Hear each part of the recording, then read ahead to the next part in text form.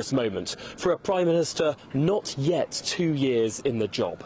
Of course, he's presided over more than a dozen U-turns. He's presided on 2 disastrous sets of local elections. In many polls, the Labour Party now sits in 4th place. And the question becomes, just how much more can the Labour rank and file take? Just how much more can Labour politicians stand up to as this disastrous situation, in the polls at least, continues to go on? How much longer can the Prime Minister limp on, or could he somehow pull the most unexpected U-turn and deliver himself a victory out of all of this? Let's follow.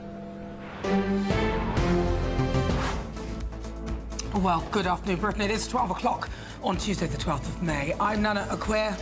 And I'm Mark White. The Prime Minister is facing huge pressure to resign. But today, Sir Keir Starmer defiantly told his cabinet, "I'm not going anywhere." Ministers are revolting, aides have quit, and more than 80 MPs demand he go. Can he turn this around? Yes, well, the Cabinet's making largely supportive noises as they emerge from the crucial meeting, but not from Wes Streeting, the Health Secretary. We know he wants the job. Is this his moment to strike?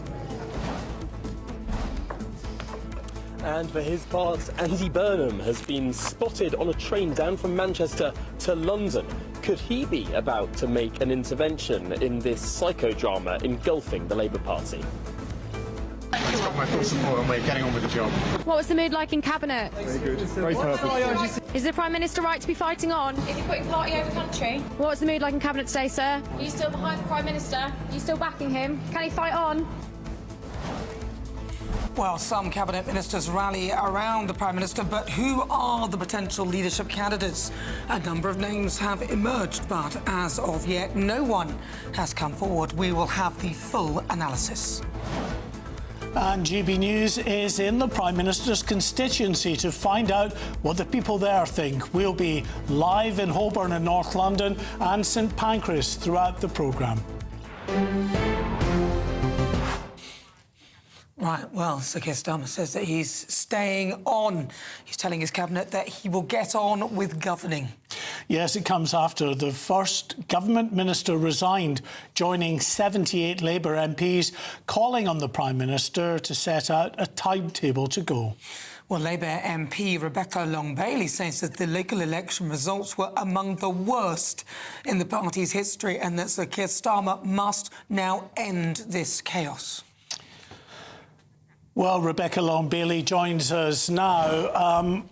Rebecca, thank you very much indeed for speaking to us on GB News. I know that you stood, of course, as a candidate for leadership in 2020. I guess there must be a little bit of a told you so. I wish it wasn't, to be honest. I think, the results last week were absolutely soul-destroying.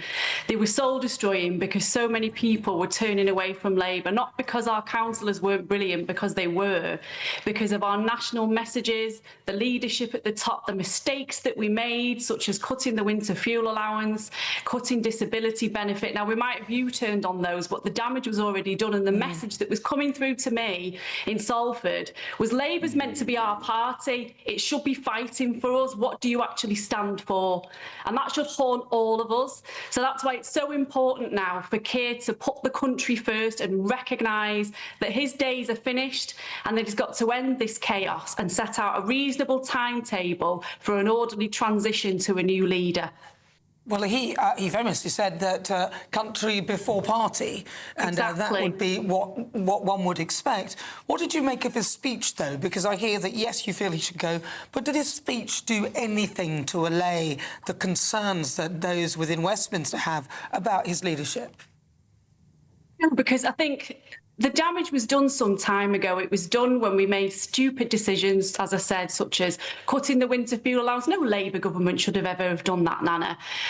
Talking about cutting disability benefits, having to be dragged to scrap the 2-child limit on universal credit that was pushing children into poverty. But on top of that, what compounded anger within our communities was the behaviour of some at the top. There were the freebies, the glasses, the being friends with dodgy and very powerful people, giving jobs to mates instead of giving jobs to those who had the most capability.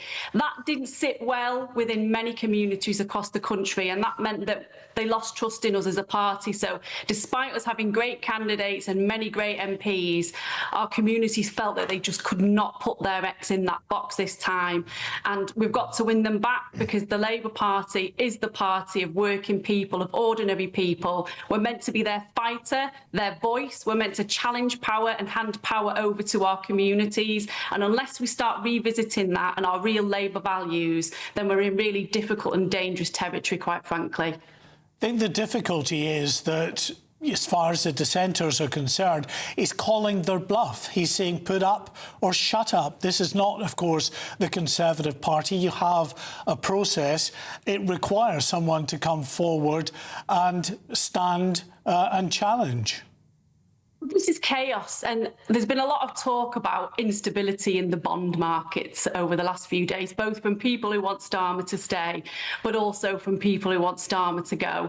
Now, the point here is the bond market, society in general, needs stability, and what we're seeing is instability, and Keir Starmer tries to limp on. What we'll see over the next 7 days are even more ministers resigning, more and more MPs coming out and calling for him to resign. Maybe somebody will put their head above the parapet and challenge, but if we end up challenging through a coup or a rushed process, then that's even more damaging. So what we need now is for Keir to do the noble thing and set out a timetable for an orderly transition, so that we can have an open and democratic process within the party and across the country, so that voters can actually see who the candidates are, and make sure that we choose a leader that really represents Labour values and wins back trust.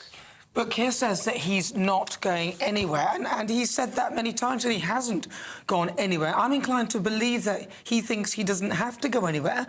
After all, I think it's for the birds. Yeah, but if you continue to put pressure on him to leave, maybe he might call a general election. I personally wouldn't put it past him.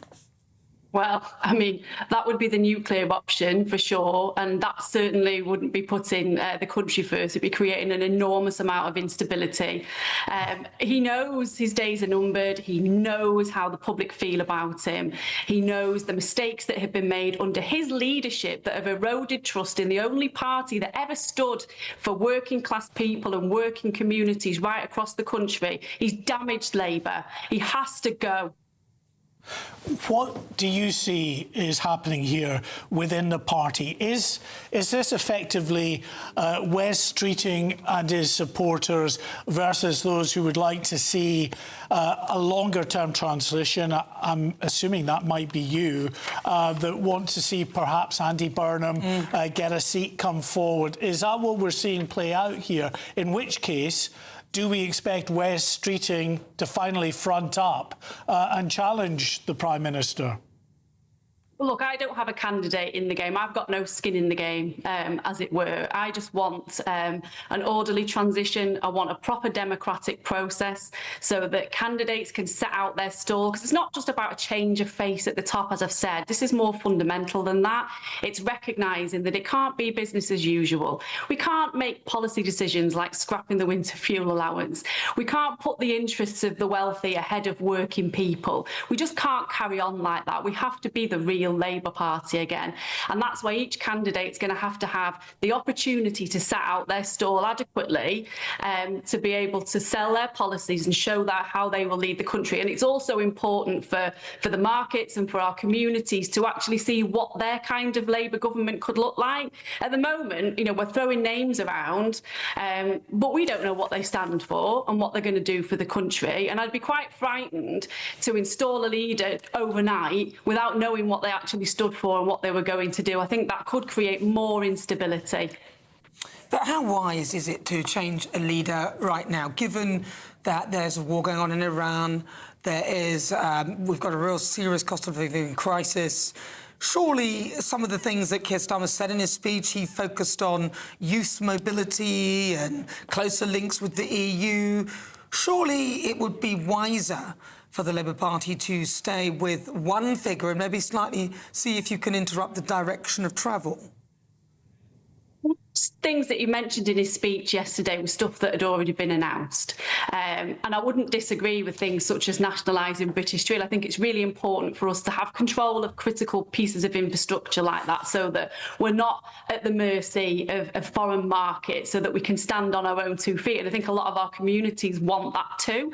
But we've got to go beyond that now. And I think Keir must understand that he's not just lost the confidence of his own party, he's lost the confidence of the country. Salford isn't just a piece on a chessboard, it's people's lives. It's the nurse that gets up in the morning and works enormously long shifts and is exhausted and gets paid very little. It's pensioners not being able to afford to heat their homes. They need to see a leader that fights for them, and we're not seeing that at the moment. And until we do have a leader like that, I worry about the future of the Labour Party and the country, quite frankly.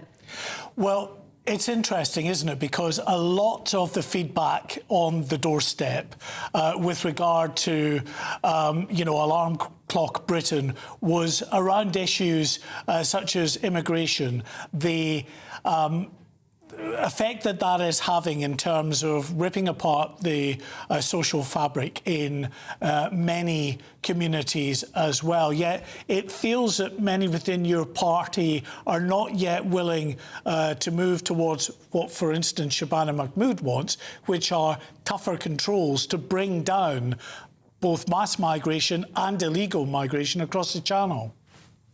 I don't think there are many people in this country who would disagree with having a fair and managed immigration system. That's what every country needs. And I think we've garbled our messaging on this. We've come out with rhetoric instead of detail, policy detail on things. We need to have a fair system that works. That's going to take time. Everybody recognises that. But just trying to ape the language of other parties is not how you do that. You set out in detail how you're going to achieve a fair and just and humane immigration system that works for our economy. And I think if we could do that as a party and we were actually honest with people about how we would stop the boats, how we would make sure that the system was fair and humane, how we would make sure that we had economic migration that served our economy when we needed it, but we also trained up our own workforces to fill those gaps too, people would have a lot of faith in us and they'd appreciate that honesty. At the moment, I don't think we see honesty in that debate, and that's where the problem lies. I think part of the problem, though, is that just in something you said there, ape the language of other parties, and then Keir Starmer saying out reform. But what I'm not hearing from the Labour Party is listening to what the public are interested in. The reason reform got so far ahead is because they focused on issues that people are concerned about, and they're not being dismissed. Reform are concerned about the mass migration, as Mark pointed out. Keir Starmer didn't even mention it in his speech and literally dismissed it and then started to call a march far right, which, this is... I think that even now, the Labour Party don't sound like they're listening to the concerns of the people, and they're dismissing it as though they're trying to out-reform, aping the language of other parties. And actually, on the doorsteps, that's what people are really upset and worried about. People are really angry. I think anger drove a lot of our communities to vote Reform and Green, and it was anger on a whole range of issues. I think we've just lost the line to Rebecca That's such a shame, because I wanted the answer to that. But listen, I'm glad she came on. I think this is the first time that she's come on GBNews, so it's good that... No, it's not the first time. She's come on before. You're doing your thing again. No, I'm doing my thing again. Right, well, shall we go to our GBNews political correspondent, Catherine Forster? She is in Downing Street for us. Catherine, so what updates do you have for us? Yes, well, just first on Rebecca Long-Bailey, of course, very closely associated with Jeremy Corbyn. In fact, when Jeremy Corbyn stood down after the disastrous election result in 2019, She was his chosen one to take the Labour leadership, but of course we know that that job went to Sir Keir Starmer, who is now in number 10 and saying that he is going absolutely nowhere. The atmosphere is very, very febrile. Andy Burnham, the Mayor of Greater Manchester, that currently doesn't have a seat, has been spotted arriving at Euston Station. We don't know what he is up to. Wes Streeting, the Health Secretary, the man best placed to challenge the Prime Minister at the moment, didn't acknowledge any of us journalists at all when he came out, but I think what he does next is going to be critical, because the cabinet meeting seemed to pass off okay for the Prime Minister. We were briefed that the Prime Minister was going nowhere, and then we had a load of cabinet ministers come out and talk to the press, which is highly, highly unusual. And people like Liz Kendall, the Science Secretary, Peter Kyle, the Business Secretary, Baroness Chapman, an uber Starmer loyalist, all said the Prime Minister is governing the country, doing the things to change people's lives for the better. Nothing to see here, very much the message. And people like the Defence Secretary, John Healey, has tweeted and said people are worried about current conflicts and looming global crises. They expect their government to lead the country through, as the Prime Minister is doing. More instability is not in Britain's interest. Steve Reid, the Housing Secretary, also tweeting, saying this is not a game. This instability has consequences for people's lives. That's in response to movements on the stock market and bond yields rising this morning, making borrowing more expensive. So at the moment, the Prime Minister is sitting in Downing Street at the moment. The King's speech is happening tomorrow. What could change that? We know there's 81 MPs have said publicly that he should go, but they're not united behind a single candidate. What could change things? If Wes Streeting, who has said that he's not going to mount a challenge unless it's clear that the Prime Minister cannot stay, but if he has the numbers and he decides to mount that challenge, this might be his best and possibly only chance. I think at this moment, all hangs really on what the Health Secretary does or does not do next. Gosh, drama, really. Catherine Foster, thanks very much from Downing Street. Let's zip along to the Palace of Westminster. Outside there is our deputy political editor, Tom Harwood. Look, Tom, he said clearly in no uncertain terms, put up or shut up. Will Wes Streeting put up, do you think? Well, that's effectively the message that the Prime Minister put across today, and yet we do have these confounding factors of what is actually going on this week. You'll see behind me some of the fencing is being put up ahead of the King's speech tomorrow. Members of Parliament are returning to Westminster over the course of today and tomorrow, and the question becomes, when is the most opportune moment for a move to happen, if a move does happen? And there's some thought in this part of the world that nothing should happen until after the King has delivered the King's speech, until after the King has been and gone, in order that he is not too embarrassed by a contest taking place while he is delivering his speech. That being said, it is the King's speech. It is His Majesty's government.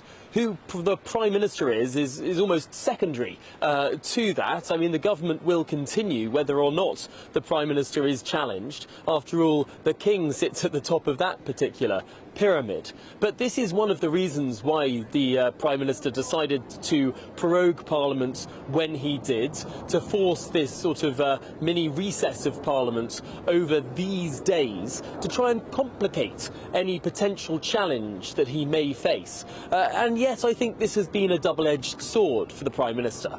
On the one hand, yes, this has sort of muddied the water in terms of when a challenge might come. On the one hand, yes, this has meant that MPs are not all plotting together in the same corridors, doing what MPs do best in this part of the world.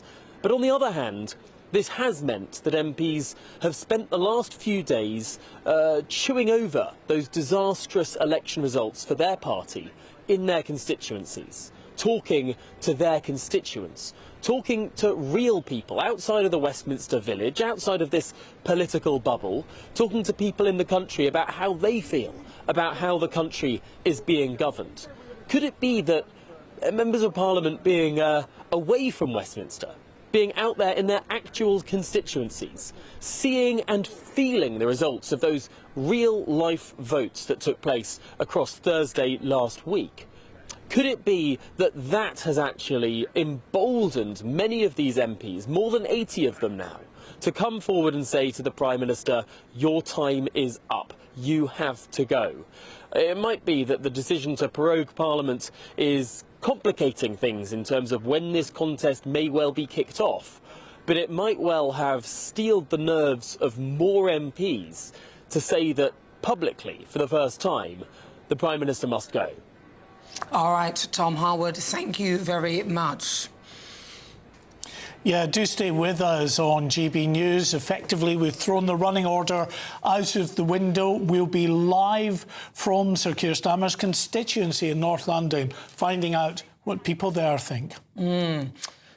But of course, you know, there's so many things going on, I must say, because it's been such a busy morning already, and we don't want to miss a thing. So joining us now is the former Attorney General, Sir Michael Ellis.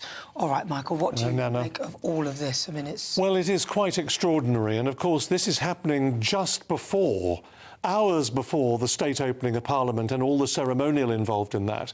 So I can tell you now that amidst all this psychodrama that the Labour government promised wouldn't apply to them, and certainly is applying to them, there are nearly 1,000 British military personnel standing by and shining their boots, ready for the ceremony tomorrow. There are 200 military horses standing by, and the King is about to give a speech to Parliament setting out what is effectively Keir Starmer's agenda, and is he going to be there to follow through on that agenda? So we're in a pretty uncharted territory. I can only find 4 cases in the last 100 years where there has been a postponement of a state opening of Parliament, and each of those 4 cases, going back to 1924, was a postponement that was 2 or 3 weeks prior, not the day before, the actual state opening. So we're in uncharted territory here, but what I would do now is watch the quiet ones.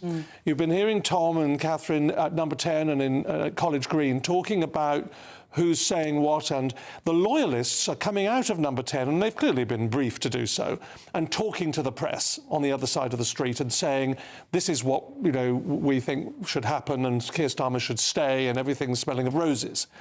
It's the quiet ones to watch, and the biggest quiet one at the moment is Wes Streeting.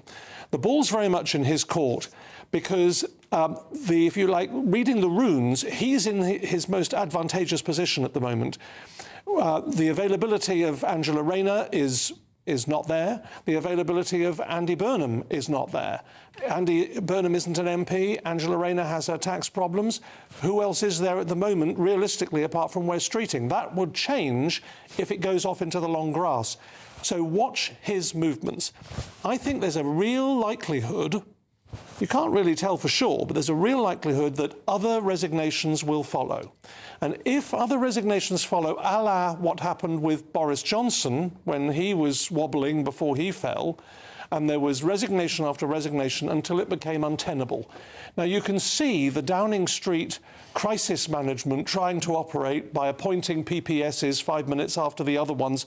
I think they appointed a new PPS for Shabana Mahmood, even though they're presumably appointing someone where, despite the fact that Shabana Mahmood apparently wanted Starmer out. So they're carrying on. They're trying to replace they're putting the finger in the dike to stop the bleeding. But I have to say, if they run out of personnel who are prepared to take positions, that's what's happened in previous falling governments, and that's what could happen here. I mean, Shabana Mahmood, the Home Secretary, is an interesting one because we're told that she spoke to the Prime Minister last night, asked him to put forward a timetable for his resignation. But in terms of Shabana Mahmood, it kind of makes sense in a way that Angela Rayner, her aides, those spokespeople that have been briefing out to the press, have suggested that if she got in, one of the first things she would do is get rid of Shabana Mahmood. Yes. So clearly she would right. appear to be in the Wes Streeting camp. It's now or never for them, though, isn't it? It is rather. And look, the Labour Party is deeply factionalised.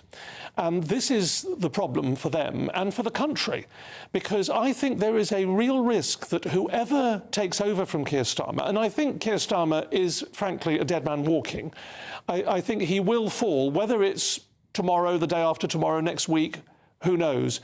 But the real danger for the country is that whoever takes over will almost certainly, in my view, not survive the 3 years of this Parliament that's left.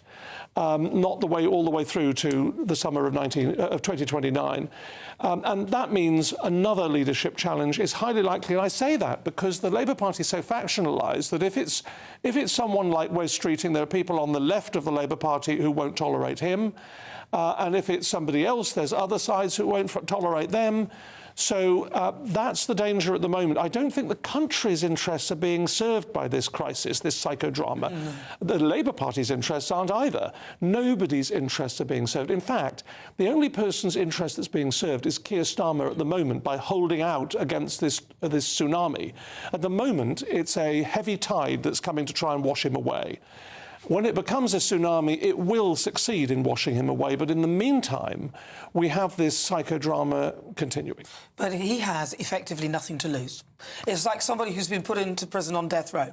Yes. You do absolutely anything you like because you're not... You might as well appeal. You might as well. Yeah. So, in that instance, most people would use survival tactics, and I suspect that would be to throw a general election. Because that, if I were in his shoes, that is what I would do. Because he's very focused on himself. As you said, he's the only one that's benefiting from this. He doesn't really seem to care about what's happening to the rest of the country. Yeah. So why would he care now? Well, of course, that's his nuclear option. I mean, others have fallen on their sword and they have taken the country's interest. I mean, you know, Boris Johnson and Liz Truss and so on. They did voluntarily go. I mean, they were given no realistic option. Eventually. But they didn't call an election in that sense. I think that it would be a really nuclear option. And it would create a crisis, I think, of quite large proportions. There already is a crisis, and he might view it as, well, I had the mandate to rule. People voted for me, but nobody voted for you. So let's see. Well, you make a good point, Nana. And I think, you know, he is so resolute, apparently, because he feels he won this stonking majority for Labour. Others might speculate that it wasn't he that won it, it was others that lost it, if you see what I mean. It was the Conservative Party that lost rather than the Labour Party that won that majority. But he considers himself to be the man. He won. And that's apparently what he's been telling his cabinet this morning, and resolutely sticking with his guns. I think he's in for a major challenge because Kemi Badenoch, who has proven herself a wily operator in the House of Commons in particular, with the manoeuvrings, the humble address, and, you know, what she did with the grooming gangs and so on, she could play some moves now to take advantage of this factionalism within the Labour Party. One of the possibilities is putting an amendment down on the King's Speech, which would be next week, to actually, the King's Speech is tomorrow, but the voting on it would be the following week. And you could put an amendment down saying, I have no confidence in this government. And that would make Labour MPs vote in confidence in Keir Starmer, which they clearly don't have. So it is a device that could be used to really put Labour MPs themselves under pressure. Well, I hope Kemi Badenoch knows that.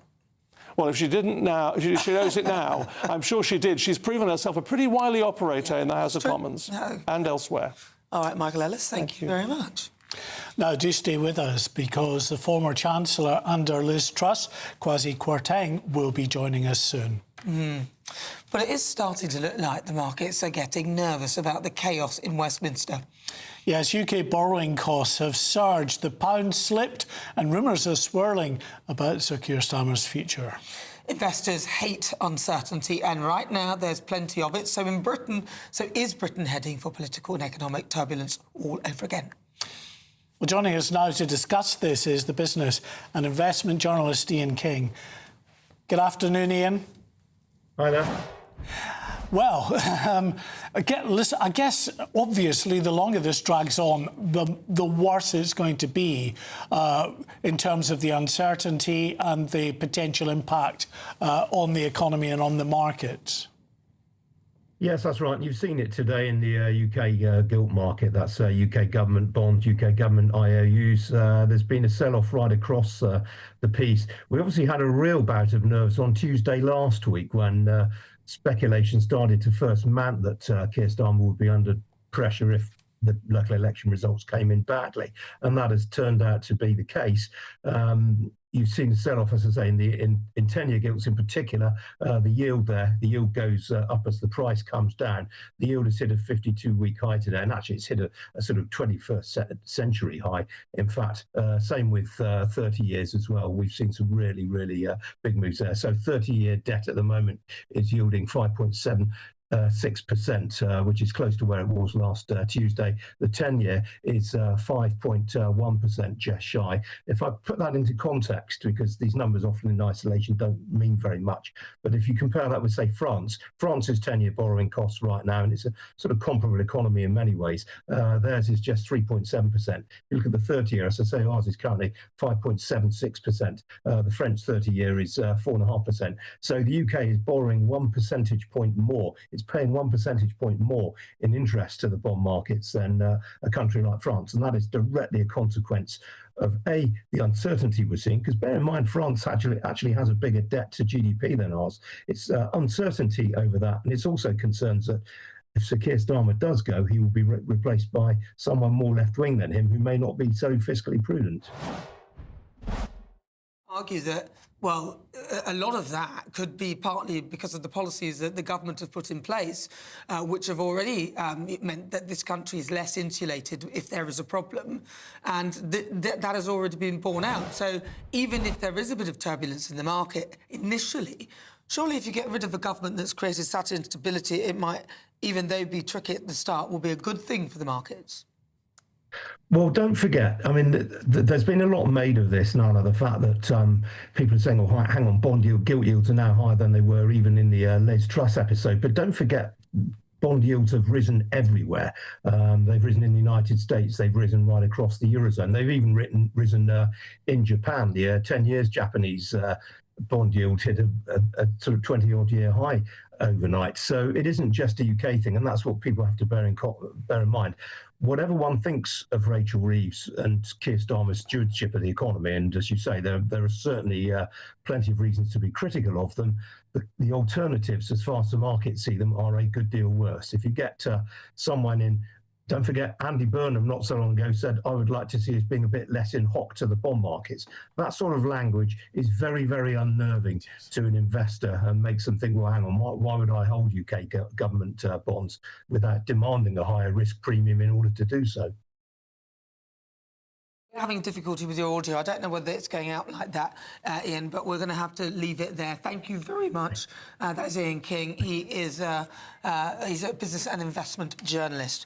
Well, it'd be really good to just get a bit more from Sir Michael Ellis on this one niggling question or person that's in my head, and that's Ed Miliband. Oh. You know, where everybody's talking about the King in the North, Andy Burnham, and having a slower... Is he the dark horse? A slower process to allow him to get a seat to challenge and alike. That seems to be Angela Rayner's preferred option. And then there's the other side of it, Wes Streeting and his people that are pushing for a quicker one to, you know, edge out Andy Burnham.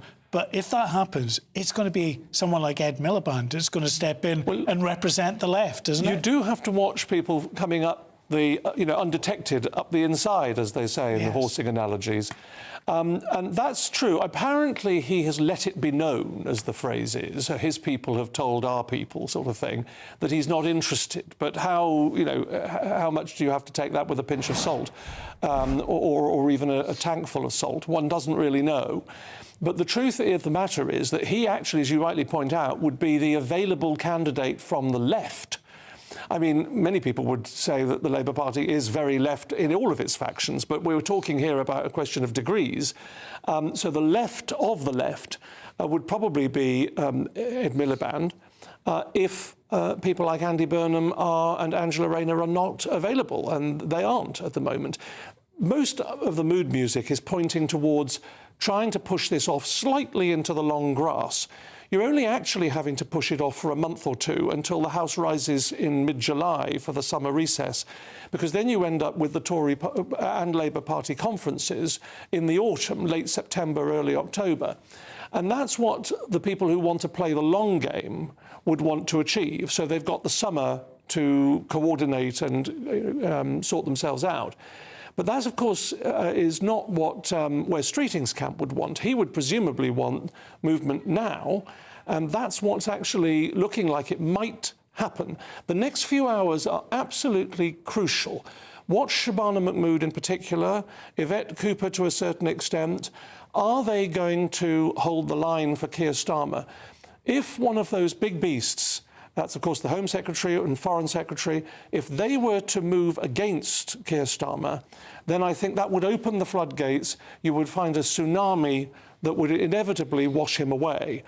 I think that he is a dead man walking, politically speaking, if I can use that phrase, but it's just a question of when.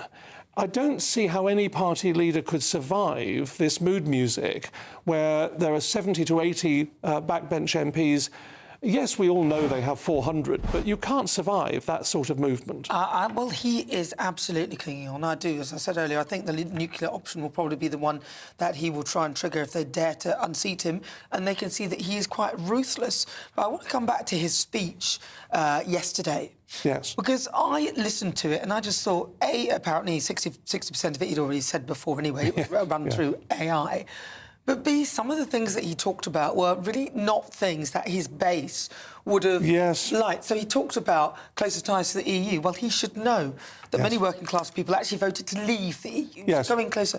Then interrailing, which is ultimately what he was saying, extension of this Erasmus system, where people, well, that's quite a middle class thing to do, really. People with... It's all policy wonk stuff. It's very unrelatable, and it's not what people are talking about. And this is actually Keir's problem writ large, because he doesn't have the ability to relate. He's not a natural-born politician. Tony Blair is the classic example. Bill Clinton was another one. Boris Johnson, to a certain extent, another one, of someone who understood how British people operate, or their own electorates operate, in the case of people like Bill Clinton, at the time. And I don't think Keir Starmer has those political antennae. And to give a speech like that, which is ostensibly to save his bacon, but to be talking about policy wonk stuff that, you know, it sounds like sort of Labour Party backroom personnel have briefed him on, that the sort of, those sort of things at the margins, that they aren't what are energising people at the moment. It's immigration, it's the crisis in criminal justice and dealing with these issues like the small boats, things of that sort. Never mentioned that. Absolutely, because they don't seem to have the antennae to realise that this is what's helped put him in the problem that he is in. And that's the escape route, if there is one. I don't think there is an escape route now. I think it's too late. But you know, just taking off one's jacket and tie and giving a speech, 60% of which one's heard before, and the other 40% of which is mostly policy wonk stuff. I mean, what planet are they on, to be absolutely honest? This is a crisis that is actually affecting the country's markets. It's affecting how the country is perceived around the world. This is serious stuff.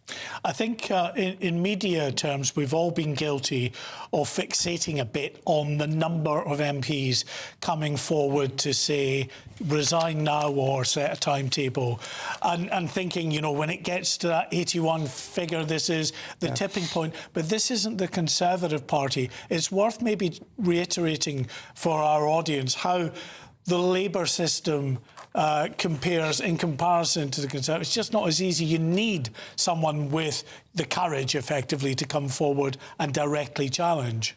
You do, and in the absence of that, it becomes quite difficult. We're still up in the air on this at the moment, and that's why the movement of people who are currently keeping very quiet, like Shabana Mahmood and Wes Streeting, are the ones to watch. It's not the talkative ones at the moment who are coming and talking to the cameras, coming to talking, you know, Catherine outside number 10. They are the ones that are loyal to the Prime Minister.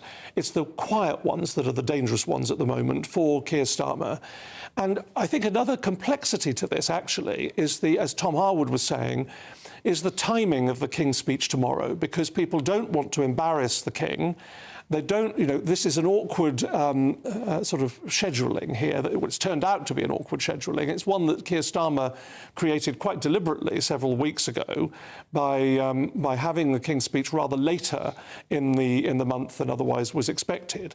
And I think he was playing for time at that point over the Mandelson saga. But now we have this extra complexity where people are saying, well, shall we make a move today, or shall we wait until the King's speech is over tomorrow and do it the day after and all the rest of it? And Michael, there's that other aspect of the King's speech as well, where it's not just the King and you don't want to embarrass him, but then you've got the whole Commons event, you know, in Parliament afterwards. Yes. That's going to be just farcical, isn't it? Well, that is, you see, you hit your nail on the head there, Mark, because when Keir Starmer is standing, even when he's standing listening to His Majesty's speech, and of course His Majesty's speech has been written by Keir Starmer and his people, he is a zombie Prime Minister. If he's still Prime Minister listening to that speech, the opposition parties, Conservative, Liberal Democrat, Reform, all of them, will be able to say, and they'll be right, that he's a zombie Prime Minister.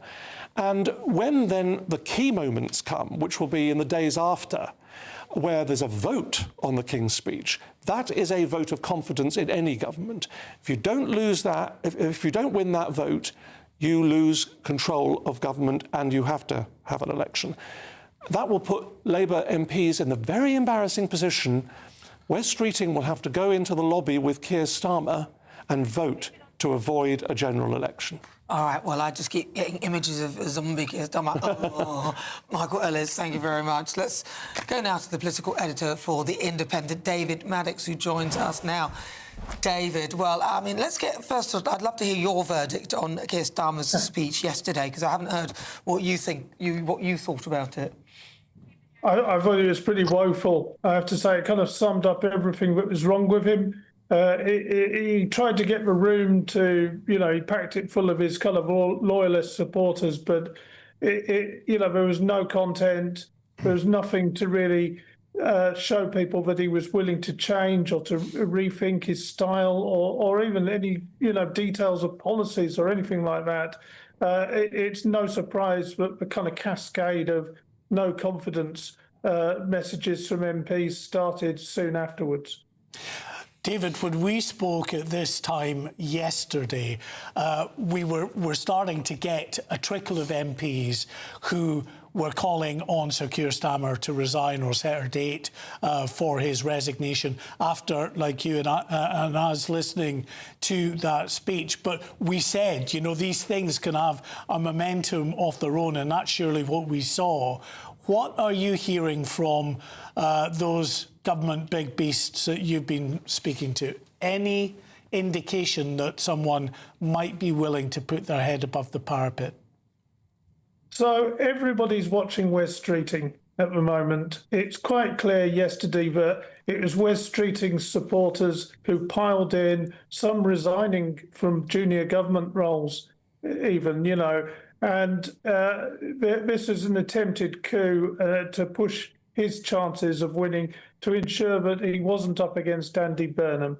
I know from talking to people that Angela Rayner's team was watching Wes Streeting, and they will probably react and launch a bid themselves as soon as he does. But it was, you know, the message from the Prime Minister this morning was really directed at Wes Streeting, that kind of put up or shut up message at the start of Cabinet. He probably was looking at Wes Streeting directly in the face. It's interesting that Wes didn't have any comments to say after he left Downing Street. And, you know, the issue here is he's bottled it before. I mean, he was believed to be the person behind Anna Sarwar trying to force the Prime Minister out a few weeks ago.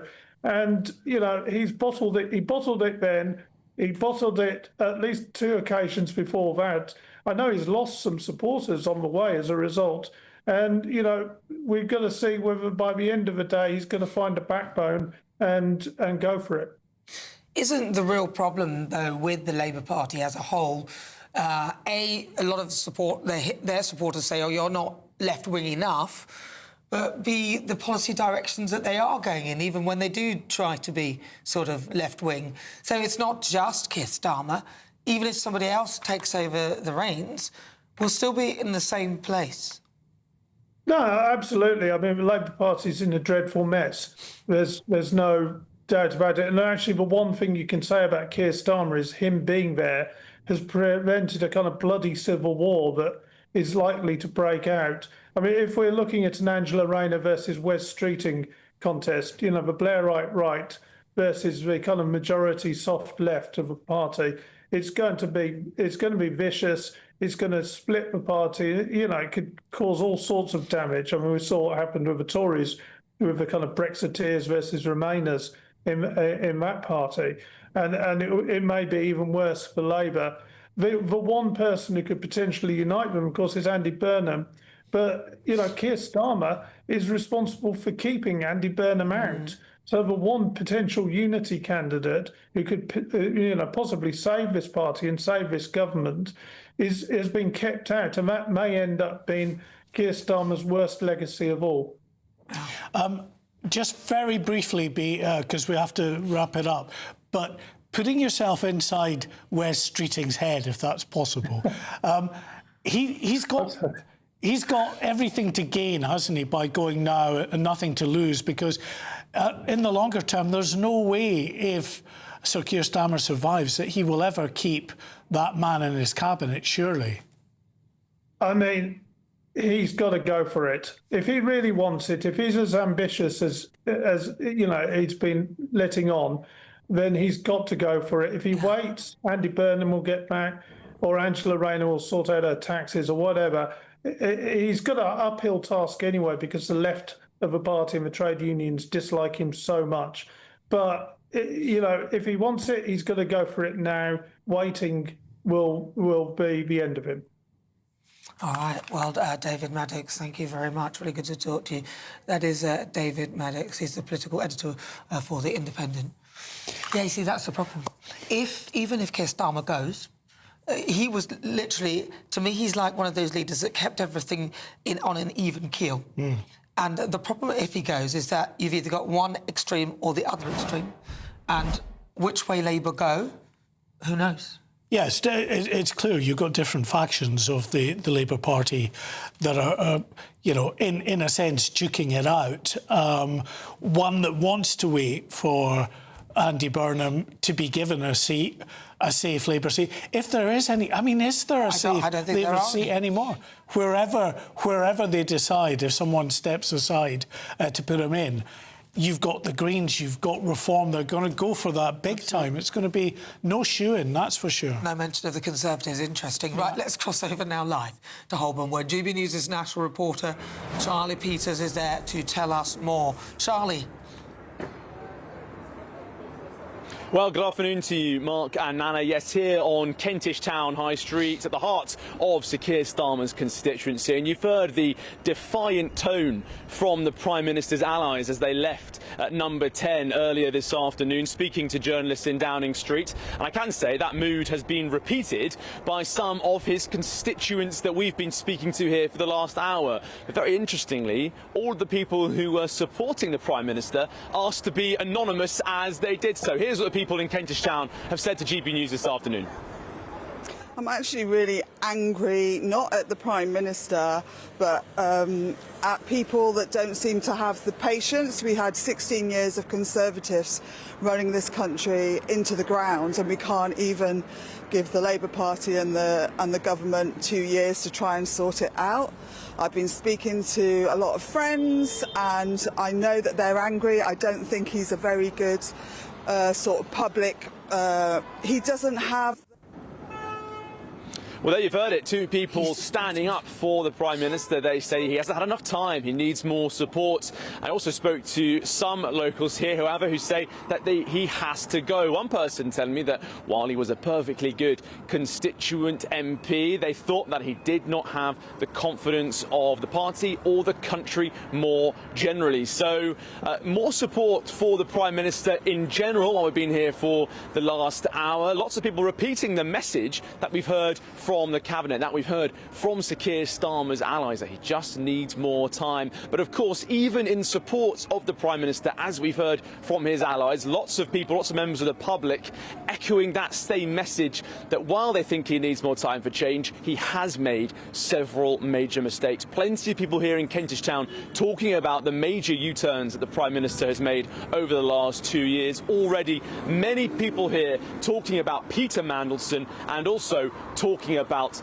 the winter fuel payment. That is an issue which so many Labour representatives have said has cut through when they've been speaking to people ahead of those devastating local elections last week, and that conversation is continuing even after the Labour Party lost so many councillors on Friday. So many people here in Kentish Town within the Prime Minister's constituency, some calling for him to stay, some calling for him to go, but all of them keeping up a critical message about Sir Keir Starmer's leadership.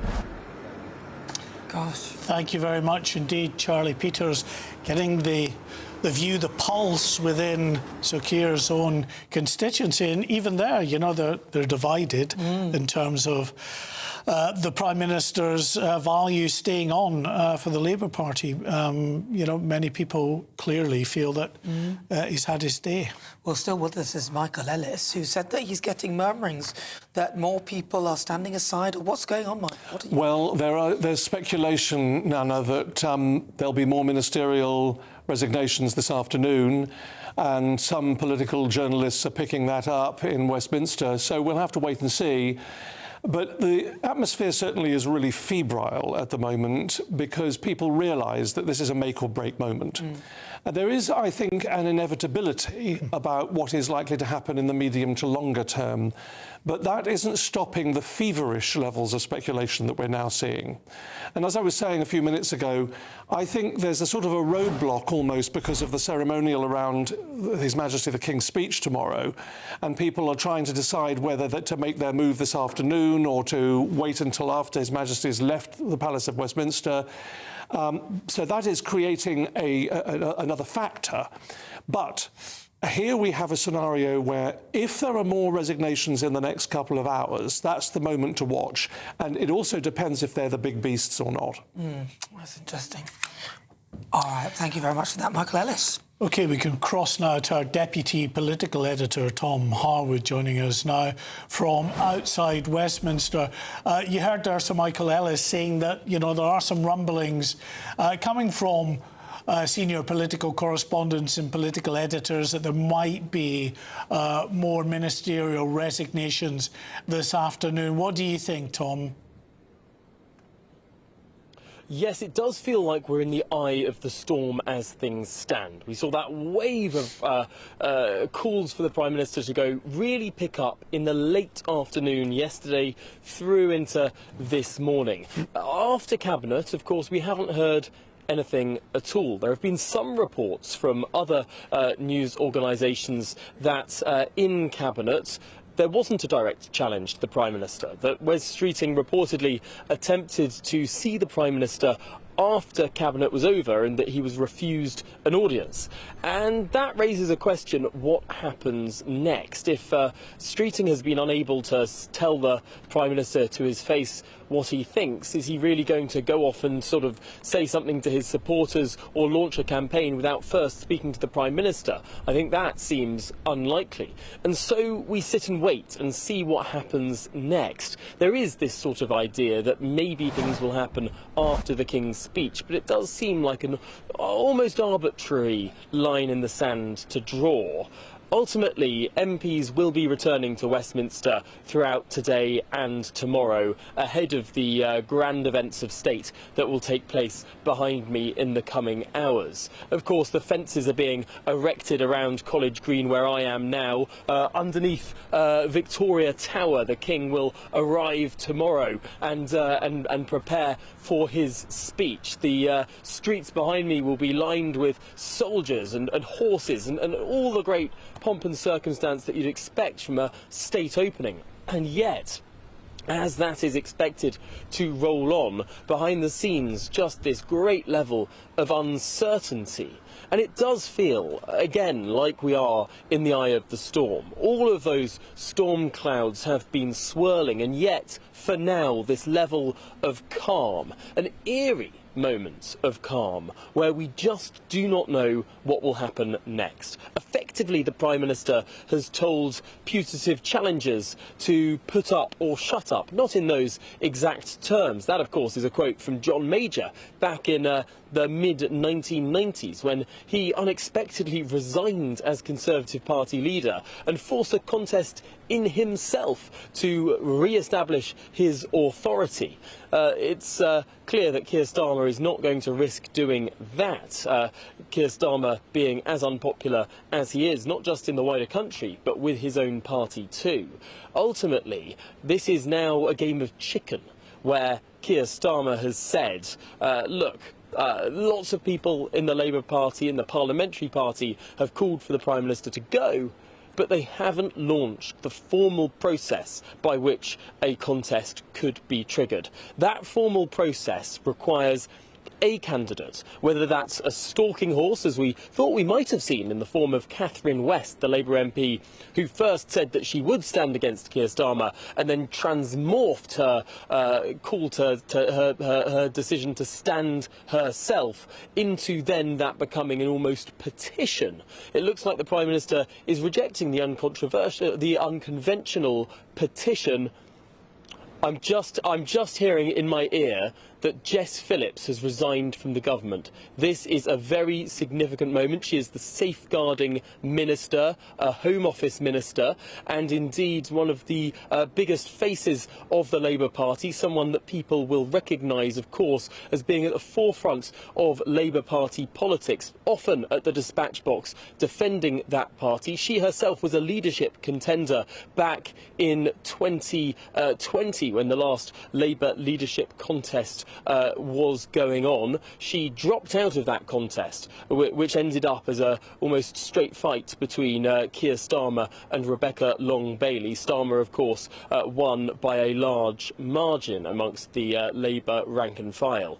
It now feels like we are many, many, many years away from 2020 when Keir Starmer won that election. My goodness me, Jess Phillips now the second minister to resign from this government, after Miata Fambulla resigned as an energy minister, if I'm remembering quite correctly, earlier today. This now feels like we are in a new stage of government resignations. This feels like it could precipitate more names coming forward, Jess Phillips being the big beast that she is, to use that political terminology, a name that is more recognisable than most MPs, not a full member of the Cabinet herself, but indeed the safeguarding minister, now resigned. Yeah, as you say, not a full member of the Cabinet, but certainly a significant name, Tom. Is she someone that you would put in the camp of Wes Streeting, or is she more sort of drawn to the Andy Burnhams of this world? That's a really difficult question to answer. She's I like seen to as ask someone difficult that is questions, not Tom. hugely factional.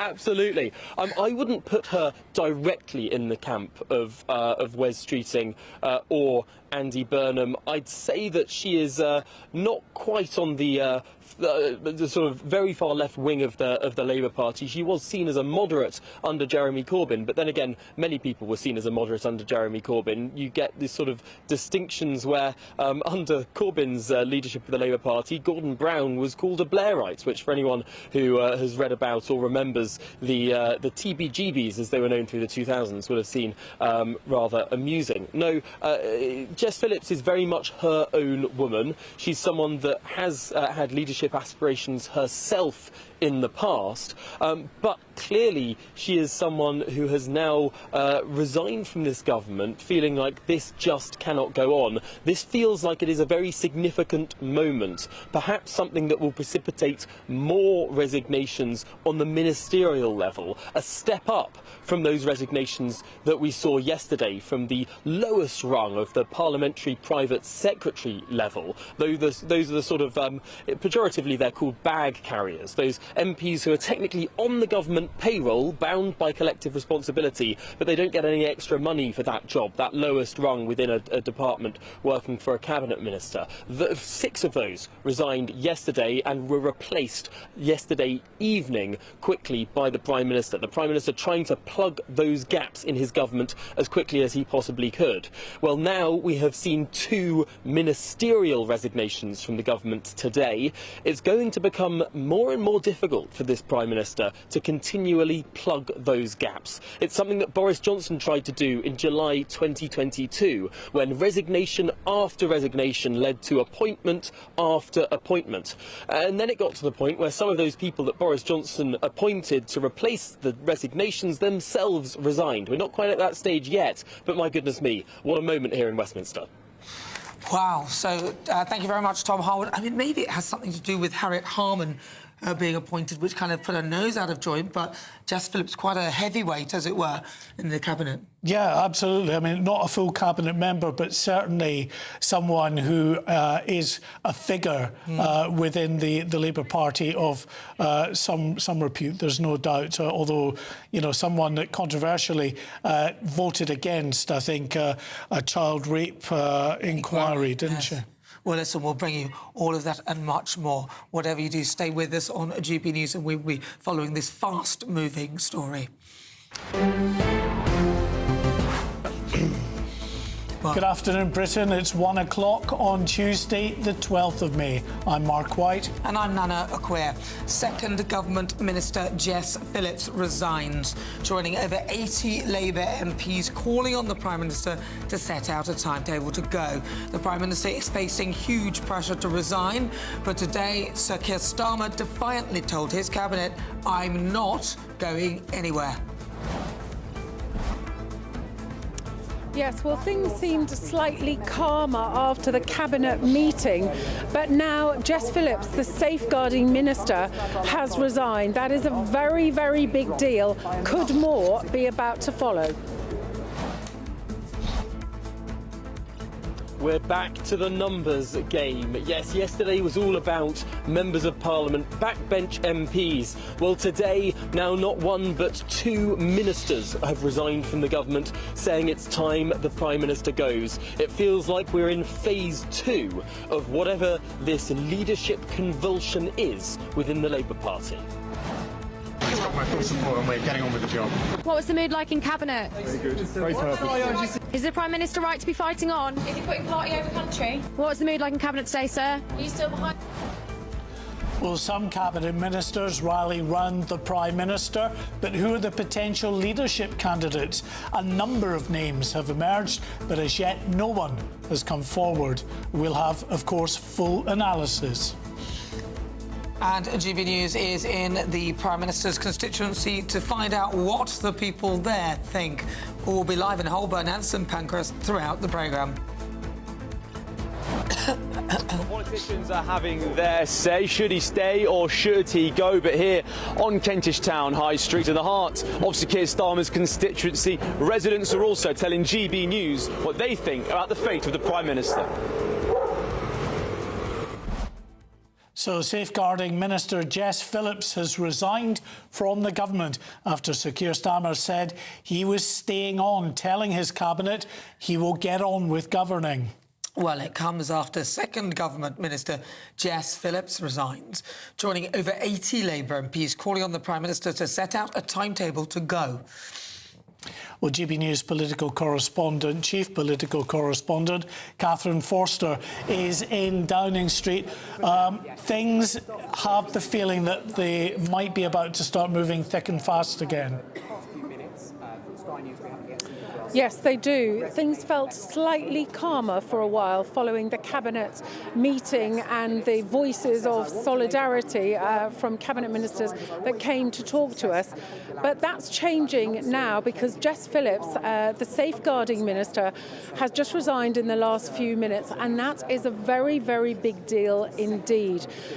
She once put her name forward for the Labour leadership. She is a big figure, and she has sent a letter to the Prime Minister which she has published, and she has talked about the work they've done together, and she said, I think you are a good man fundamentally who cares about the right things. However, I have seen firsthand how that is not enough. She goes on to say about work that she's been doing to do with violence against women and girls, that she's been trying to get the Prime Minister to move on, and that she's been given various assurances, but that it just has not happened. And she goes on to say Labour governments come around very rarely. It is true they are precious. And she basically says that they have a chance to change the country, and she doesn't feel that the Prime Minister is seizing that and acting with the urgency that is needed. And so she is resigning from government. Other details that we can bring you is a bit more has emerged about what happened or didn't happen during that crucial cabinet meeting. And it seems that, yes, the Prime Minister said he was going nowhere, but also he made it clear that he was not up for a discussion about the election results or the leadership. And if anybody wanted to talk to him, they should find him individually after and do that. Now, apparently some did try to talk to him, Wes Streeting included, and he did not talk to Wes Streeting. So all eyes now on what Wes Streeting, the Health Secretary, does now. He has a window of opportunity. Sure, over 80 Labour MPs have called on the Prime Minister to go, but at the moment there is no one challenger that has gone over the top. If Wes Streeting decides to seize the day, it'll make him very, very unpopular with many, and likely somebody from the left of the party will decide to run against him. Meanwhile, the Mayor of Greater Manchester cancelled an event earlier and has come down on a train to London. He was spotted at Euston. We don't know what he's up to. If the Prime Minister goes, at the moment, Andy Burnham doesn't have a way to get the Prime Minister's job, although reports circulating that he has got a Labour MP ready to stand down and force a by-election. Of course, is there a winnable Labour seat in the country? Would the NEC block him? So many questions, but it is quite incredible that we are... As we just leave Catherine there, I've got... the chaos. Oh, she's back. All right, Catherine Forster, we'll leave it there. Thank you very much for that. Sorry, we just came to us a little prematurely there. We've got the letter, actually, that Jess Phillips sent to the Prime Minister. It's worth reading some of it, at least. She says, with regard to the fact that, of course, Labour governments come around rarely. She said that's true, and she says, I'm not sure we're grasping this rare opportunity with the gusto that's needed, and I cannot keep waiting around for a crisis to push for faster progress. Decency is vital. Calm curiosity is also needed, but so too are fight and drive that are required. Have a row, push back, make arguments, bring people along. Standing up and being counted can't always be workshops, she says. You're seeing the letter, those on television there on your screen just now. But she goes on to say, politics is as much about feelings as policy, especially at the moment. It's quite a long letter. I want a Labour government, she says, to work, and I will strive, as I always have, for its success and popularity. But I'm not seeing the change I think and I and the country would expect, and so cannot continue to serve as a minister under the current leadership. There you go. So that is Jess Phillips' letter to the Prime Minister announcing her resignation from her ministerial post, of course, coming under the umbrella of the Home Office and, of course, the Home Secretary, Shabana Mahmood. All eyes on her as well, because we know, Nana, that last night Shabana Mahmood had gone to see the Prime Minister, had gone to say to the Prime Minister that he needs to set a timetable for his resignation, something he's clearly not going to do. No, he's not. He's clinging on, isn't he? Well, joining us now is Conservative MP for Thirsk and Moulton, Kevin Hollingrig. Kevin, welcome to the programme.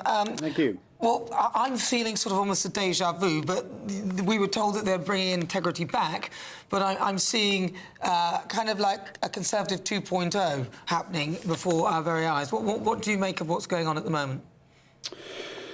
Well, this government's come in at a time and has made promises about stability, and it's just one thing after another. It is complete chaos. And so, I mean, we've seen U-turn after U-turn, which I think is driving some of this, the deep concern that Labour MPs have about their leadership. I think 16 U-turns that have been brought about by the pressure we've applied to the Prime Minister, because fundamentally they've got their strategy completely wrong. They want to, we all know we need to grow the economy, but they're going the wrong way about it. They are taxing more, they are spending more, when really we need to reform the state, the size of the state, cut welfare so we can cut taxes and get the economy moving again. And that's why the country's frustrated, that's why unemployment's going up, inflation's going up, borrowing's going up. It's one thing after another, and it's very clear that Keir Starmer's days are numbered. Be careful what you wish for, though, Kevin, because if someone comes into that post who is someone that is a bit more of an individual who can inspire, then perhaps it's going to be that bit more difficult for the Conservatives to return in terms of Kemi getting the popularity of the party back on track again. Well, the most important thing, the reason we all go into politics, is in the interests of the country and the citizens. It's not about the interests of the Conservative Party. Clearly, I believe that the country is best represented by the Conservative Party and its values, but it's our job to oppose this government and the disastrous decisions it's making. One thing after another, winter fuel tax, family farm tax, winter fuel allowance, sorry, family farm tax, for example, two-child benefit, removing that cap on that, increasing the costs of welfare, which effectively increases the costs of both tax and borrowing, are all poor decisions. We're not going to resile from holding this government to account. It's up to Labour what they do about that now. They're MPs who they choose to be their leader, but we'll continue to hold the government to account. What this country needs is a strong leader. We've got that in Kemi Badenoch. It needs a good plan. We have got that, and a good team. So we think we will do a much better job of running this country. But in the meantime, we're going to make sure this government is held to account at every possible juncture. Well, some might say that's a bit rich, really, because it was 14 years, and the Labour Party keeps saying 14 years of Tory rule, and they were handed over a pretty bad hand, to be fair to them. I would agree with you that the decisions they've made have been, in my view, completely the wrong ones to fix the problem. But I have to just point out to you that, you know, the Conservative Party did leave a bit of a mess behind. What do you make now to the idea, and this is something that Michael Ellis said, that Kemi could lay an amendment to the King's Speech of no confidence in the government afterwards and then force their hand? Well, can I just go back to the point you raised there? Because that's, you're using the government's lines, 14 years of failure, we hear it all the time. The reality is we balanced the books after the financial crisis in 2010. We saw people through the COVID crisis, cost of living crisis. We managed that way through Brexit, all those things we did. Many successes, of course, we made mistakes. But now we're under new leadership, and Kemi Badenoch is the most popular leader in the country, and she'll make the right decisions when it comes to how we hold this government to account. So we're not going to talk about our strategy following the King's Speech, but clearly there are things in there that we just don't agree with. There's nothing in there, I'm sure, there'll be nothing in there about welfare reform, for example, and cutting the cost of doing government. The government's own welfare review states clearly, they've stated clearly, there'll be no reduction in the costs of welfare. It's simply wrong. We've got to get the costs of doing government down so we can cut taxes, cut regulation, and free business, which businesses create economic growth, which leads to prosperity and jobs and opportunities for our citizens, for young people young and old. So we've got to make sure this country is run properly. That's our job, and it's under good leadership, strong leadership under Kemi Badenoch, and we're very keen to make sure the government does the right thing, whoever leads it. So are you saying that you didn't hand a terrible economy to the Labour Party? Yes, I'm absolutely saying that. Really? It went through well, if you want to talk about the actual facts around that, I mean, it clearly went through a very difficult time with the COVID crisis and with the cost of living crisis. Inflation at one point peaked at 11%. When we handed over to Labour, it was 2%. We're the fastest growing economy in the G7 at that point in time. Unemployment was 4.2%. Today, it is 5.2%. All those things were reversed because of the choices Labour's made. These were easy circumstances, of course, because of those big factors, but we handled those as well as anybody could have done. What Labour have done subsequently is made things a whole lot worse. Forgive me if I'm not sure you answered Nana's question before there about the issue of a no confidence vote. Is that something that Kemi could or would try to push forward in Parliament? Well, as I tried to say, I thought I did answer that question, is that the tactics we'll use, clearly we won't flag those in advance in terms of what we decide to do. But there are, I'm sure, there'll be things in the King's Speech that we don't agree with. Now, exactly how we deal with that will become apparent to you and to the government in the coming days. Keeping it under your hat. Well done, Kevin Hollingrick. Thank you very much for joining us this afternoon. Thank you. All right, well, that's interesting, though. I mean, the Conservatives, Rishi Sunak did bring inflation down and everything, but it was I don't think it was a very good hand that they were given, even though I do get sick and tired of hearing the Labour Party go, 14 years of time. I get bored of that, but, you know. Yeah, and I'm not sure the black hole was quite as big, but there you go. She's made it bigger. Perhaps they could all jump in it. Joking. OK, we're joined now by our Deputy Political Editor, Tom Harwood, who brought us that important breaking news about 20 minutes ago that Jess Phillips had resigned from government. What's your feeling, Tom? Do you think we are going to see another afternoon of a drip of these resignations? It does feel like Jess Phillips' resignation will not be the last that we see from this government today. Indeed, it wasn't the first. Miata Fahnbulleh resigned, of course, this morning. She was a devolution minister. I said before that she was an energy minister, but that was before the reshuffle. No, so she's gone as a devolution and faith minister. Many people might not have known that we had a faith minister, but yes, we did. And Jess Phillips has now gone as safeguarding minister within the Home Office. I think it is, however, worth noting exactly what Jess Phillips said in her statement, something that we haven't yet picked up enough on. While she says that the Prime Minister is a good man, there was a deeply cutting attack within this resignation letter. I'm going to read out a middle paragraph. And there's a warning here. She does speak about child sexual abuse. Jess Phillips says, Over a year ago, I presented solutions long worked on by brilliant civil servants that would end the ability for children in the UK to take naked pictures of themselves. 91% of online child sex abuse is self-generated by children groomed, tricked and exploited into abuse. The technology exists to stop children being able to take naked pictures of themselves. We could make this possible on every phone and device in the country. We could stop this abuse. It has taken me a year to get you to agree to even threaten to legislate in this space. Not legislate, threaten. This is the definition of incremental change. Nothing bold about it. The announcement was meant to be in March. I'm still on a promise it will happen in June. I've given up believing it. How many children were left without a safety net in the time we dilly-dallied and worried about tech bosses? Now, this is a pertinent political attack. Why? Because it speaks to what Jess Phillips is arguing is the Prime Minister's incrementalism and his weakness, his unwillingness to go for big, bold policy proposals. And indeed, it fits into a scandal that we've seen not once, but twice, where critics of the Prime Minister have alleged a blind spot over people that the Prime Minister, people who the Prime Minister has appointed to significant positions, whether that's the ambassador to the United States or a member of the House of Lords, two individuals appointed by this Prime Minister, who had then subsequently, one was fired and one stepped back as a Labour peer, had to resign the whip due to their associations with convicted paedophiles. Now, I think it is interesting that Jess Phillips has raised this particular issue she has with the Prime Minister in the context of the political difficulty he has already had in the context of those two political appointments. It begins to look like a bit of a blind spot and a bit of a pattern. All right, Tom Harwood, thank you very much. Thanks, Tom.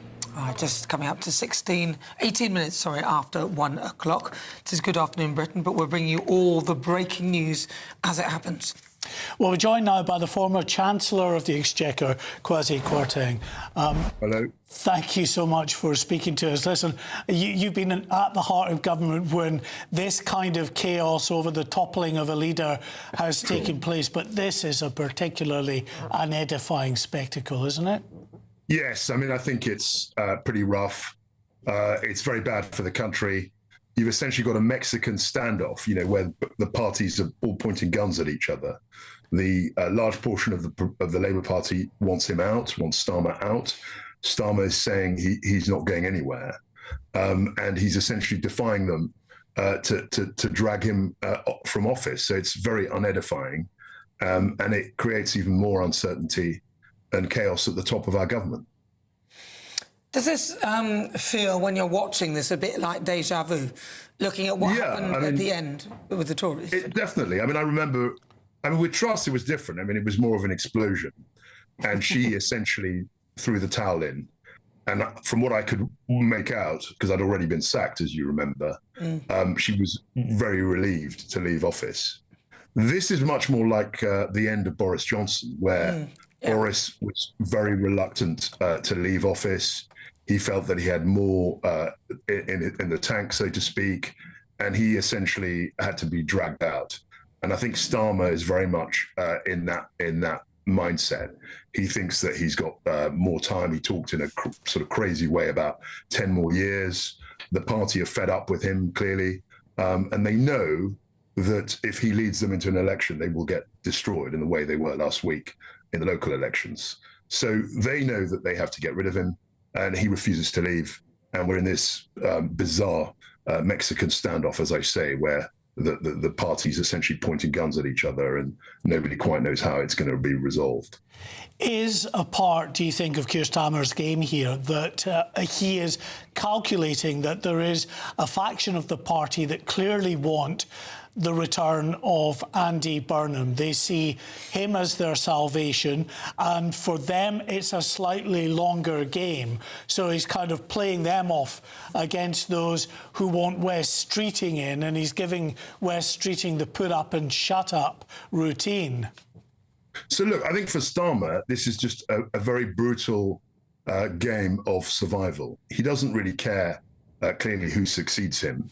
He just wants to be in office for as long as possible. And I don't think, he clearly has no love for Andy Burnham because he kept him out of Parliament. So he's just seeing that every day that he clings on is a win for him. But I think inevitably the party is so split that I don't see how this can be sustained. And we had three leaders in this pattern, if you like. Theresa May was similar. We remember she was in tears when she resigned. She clearly didn't want to do that. Boris, as I say, was very bloody-minded and wanted to stay. Liz Truss, by contrast, I think left voluntarily and was relieved to leave that office. But Starmer, at the moment, is suggesting that he's going to fight it out come what may. And I don't think he's really looking to a successor. He's just trying to dig in for as long as he can. Do you think something has happened to our politics where instead of looking at the whole god-awful mess that these politicians have created, and I have to include the Tories in there, but do you think that there's some sort of thing that has happened to our minds now where we believe that getting rid of the leader will change things? Because if we look at it, even if we get rid of the leader, we're still left with the same party who will be going in a direction the country don't appear to want to go in. That's true, but political leadership is very important. And clearly the mistakes that the government have made lead all to the Prime Minister's door. He appointed Mandelson, which was a catastrophic error. He decided to take away the winter fuel payment, which for Labour supporters was a very damaging policy. He stuck at it for 10 months, refused to back down, and then he did back down. And there have been something like, 17, 18 U-turns in less than 2 years. I've lost count of how many U-turns there have been. So there's a real problem with leadership. And I think in politics, leadership is very, very important. So if I were a Labour MP, looking at my majority, looking at my chances of re-election, I'd clearly want Keir Starmer out. Now, on a personal level, I always got on with Keir Starmer. I thought he was polite and friendly, but he's clearly out of his depth in this role. OK, Kwasi Kwarteng, thank you very much.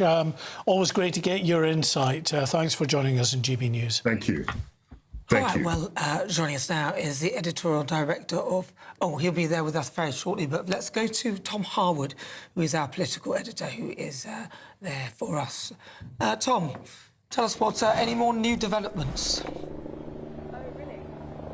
No, we are still waiting to see whether or not more ministers do follow Jess Phillips, sort of over the edge, over the top, putting their heads above the parapet and saying enough's enough. Time has come to resign. It does feel like we are in a second phase of resignations today of more known members of the Labour Party. Jess Phillips, clearly the biggest name so far to say that the Prime Minister must go and indeed resign her government job. It takes a lot for a minister to resign their government job. Of course, these are paid positions within the government. It's not just as easy as saying, I think the Prime Minister should resign. This is Jess Phillips walking away from a role that she has worked for most of her political life and believes very much in delivering the outcomes, particularly for women and girls. Before she was an MP, she worked in that space and has been, as Home Office Minister, doing much within it. So this will have been a wrenching decision for Jess Phillips to resign from that position. And that gives us some sense of just the feeling and the febrile mood, not just within Parliament, but within the government too. And it does seem to me that given the scale of backbench discontent, given the scale and pace of those calls for the Prime Minister to go yesterday, it does feel like we are now in this second phase where more senior voices and indeed ministers not just call for the Prime Minister to go, but in so doing resign their jobs. This is becoming more and more serious for the Prime Minister, and we have not yet heard word from Number 10 about replacement ministers, in the same way that we heard last night about those 6 MPs that were rapidly promoted to replace the 6 parliamentary private secretaries who, in so calling for the Prime Minister to go, broke collective responsibility and therefore resigned their position. positions, 6 of them were replaced at about 10 o'clock last night by the government. We have not yet heard of the ministers who have resigned today being replaced by this government. It's a harder thing to do if this government is going to have a sort of rolling replacement, gap-filling, hull-corking exercise. This is going to become more politically difficult for the government, as we saw with Boris Johnson in July of 2022, when a number of people resigned from both cabinet minister and junior ministerial roles. He had to continually have a rolling programme of appointments and sometimes reappointments for people that had been appointed and then resigned. I mean, it was the most almighty mess that culminated with the then Prime Minister Boris Johnson's resignation. But yes, he did have to be almost metaphorically dragged, kicking and screaming, from number 10 before he relinquished the premiership. It feels like, in a similar vein to Boris Johnson, Keir Starmer has been digging in over the course of the last 36 hours, and whether or not he will go, it will not be a moment of sort of 1 or 2 people speaking quietly to him behind that famous black door of Downing Street. It will be a much more public defenestration of the Prime Minister that will require, no doubt, more resignations, more public pressure, and potentially even the formal process for a leadership contest to be launched. And just to remind everyone, the way that would happen is that an individual member of Parliament would declare themselves a candidate. They would then have to collect, as well as their own name, 80 other nominations from their colleagues in the House of Commons to make that formal nomination for their candidacy and kick off the process for that formal contest. Until that happens, with 81 names attached to one individual candidate, there is no formal contest. However, the way that politicians have been removed from the role of Prime Minister, at least in recent history, has not been through a formal process. If you think back to Liz Truss, she left being Prime Minister after Graham Brady, the chairman of the 1922 committee, went to see her. Boris Johnson left after a series of resignations. Theresa May left after a disastrous set of local election results and European election results. So none of these processes were formal to remove those 3 Conservative Prime Ministers. Perhaps it won't take a formal process to remove Keir Starmer, but we wait to see. Tom, I just want to bring to you a very interesting post on X. This from Aubrey Allegretti, the chief political correspondent at The Times. He says, a minister texts, in quotes, "We're all going, more to follow." What do you make of that?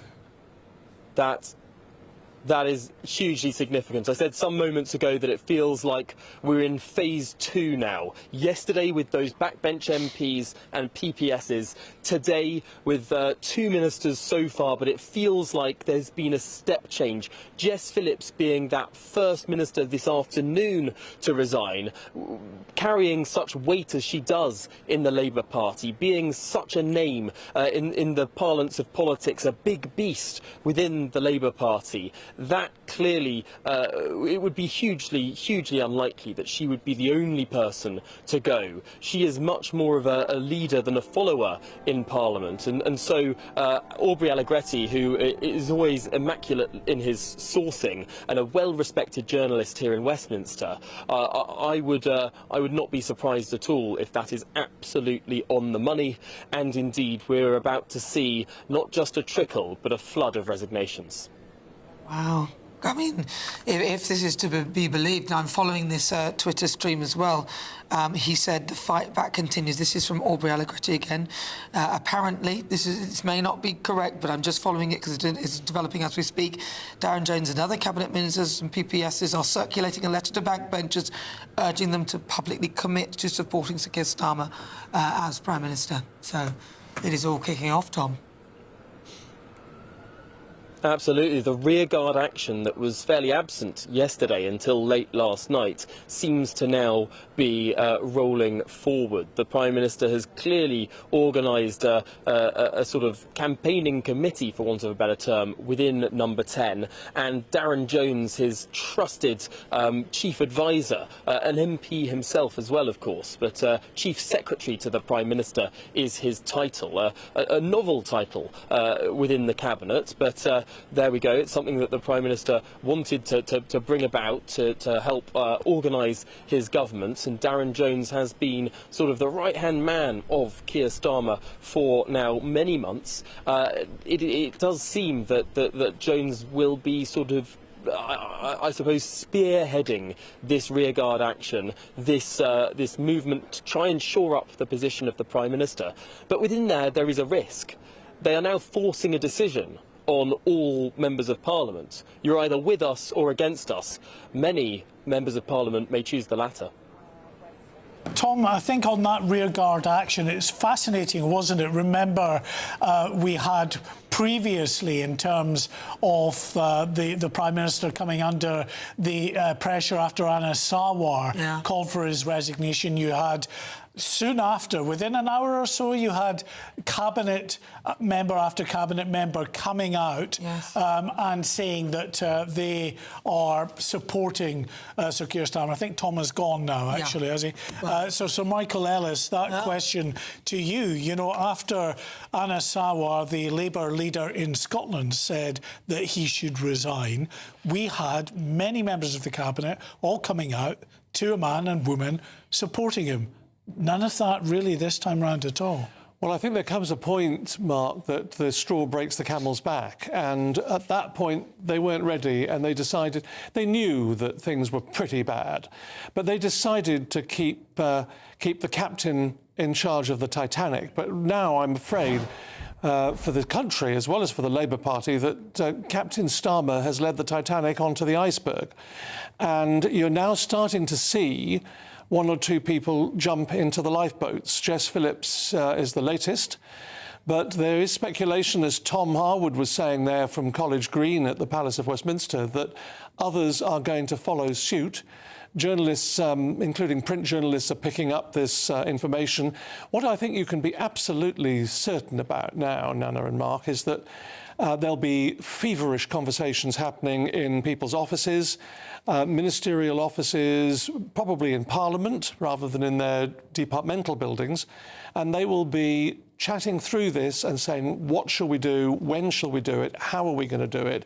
Are we going to move this afternoon? Are we going to wait until tomorrow after the King's speech? I think it's a question of when and not if. The writing is on the wall for Sir Keir Starmer. Well, it seems like it is, but will he go? Because he has the final card. He has the general election card, and I would say that somebody clinging on that tightly won't want to let go. All right, thank you very much, Michael Ellis. Thank you, Michael. Right, joining us now is the editorial director of Guido Fawkes, Adam Cherry. Adam, how long do you think Keir Starmer will last? A lot of people saying that he will still be Prime Minister, maybe by the end of today, but I'm not feeling confident that he'll manage to last much longer than a week. Yeah, I mean, that's the question everyone in SW1 is asking, isn't it, Nana? Good to be with you both. I think the Jess Phillips resignation changes things. She is as you've been saying on the programme now for the last few minutes, she is the most significant name to go over the top. She is the most high-profile person to say that he should go, and she won't be doing it in isolation. Whenever these things happen, as Michael Ellis was saying, they happen, the herd moves. As those of us who have been following this for a while will recognise that phrase, right? Boris Johnson said the same thing. They do it when there's cover. They don't want to be exposed. So I would expect that more ministers, in fact, that's what we're hearing, more ministers will follow Jess Phillips in the coming hours, and the Prime Minister's situation becomes even more difficult than it is. So by the end of the week, I think, put a number on it, but it's looking more likely than not, definitely. Heard, Adam, anything about Shabana Mahmood, the Home Secretary, even Yvette Cooper, names that we're told have spoken to the Prime Minister saying that he needs to give a timeline for his resignation. It would seem, given that they have gone that far, clearly he no longer has their confidence, that they might be, when we get to cabinet level resignations, two names in the hat. Those are definitely ones to look at for sure. And it's always important what they don't say, rather often more importantly than what they do. So in the last 24 hours, you've seen multiple cabinet ministers saying that they support the Prime Minister. In fact, today you had, when they were leaving cabinet on this channel, you had the certain Starmer right ministers going straight up to the cameras and expressing their support. Where is Shabana Mahmood? Where is Yvette Cooper? Wes Streeting, of course, I mean, everyone's paying attention to him. He's striding out with his best poker face, trying not to even look at the cameras. Those are the ones you should be paying attention to, absolutely. Adam, you're always a wee mischief maker. We know that. So what do you make of this word that's come out from Cabinet that we had Wes Streeting holding back, waiting to go and see the Prime Minister? The Prime Minister had said apparently that he's not going to discuss the issue of resignation over the Cabinet table. People would have to come and see him individually. And then he didn't see Wes Streeting at all, refused to see him.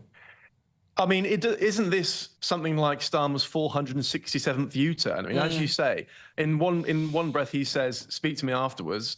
Streeting waits around, you know, like the good boy he is, and says, "Okay, fine, I'll have my private conversation where I'll delicately say that I would like your job." And then Starmer says, "No, actually, you're just going to have to leave." I mean, it definitely happened. I mean, multiple journalists are hearing the same thing, and just look at your own eyes. You're playing the footage here for those watching on television. Streeting left significantly later than many other members of the cabinet. And as I said, several of them, including Pat McFadden and Steve Reed, went straight up to the cameras to insist that this is all a farce and that no one challenged Starmer directly in the room at cabinet. But that's only because he said that he wouldn't hear it. He said, "Speak to me afterwards." And as I say, look how that played out.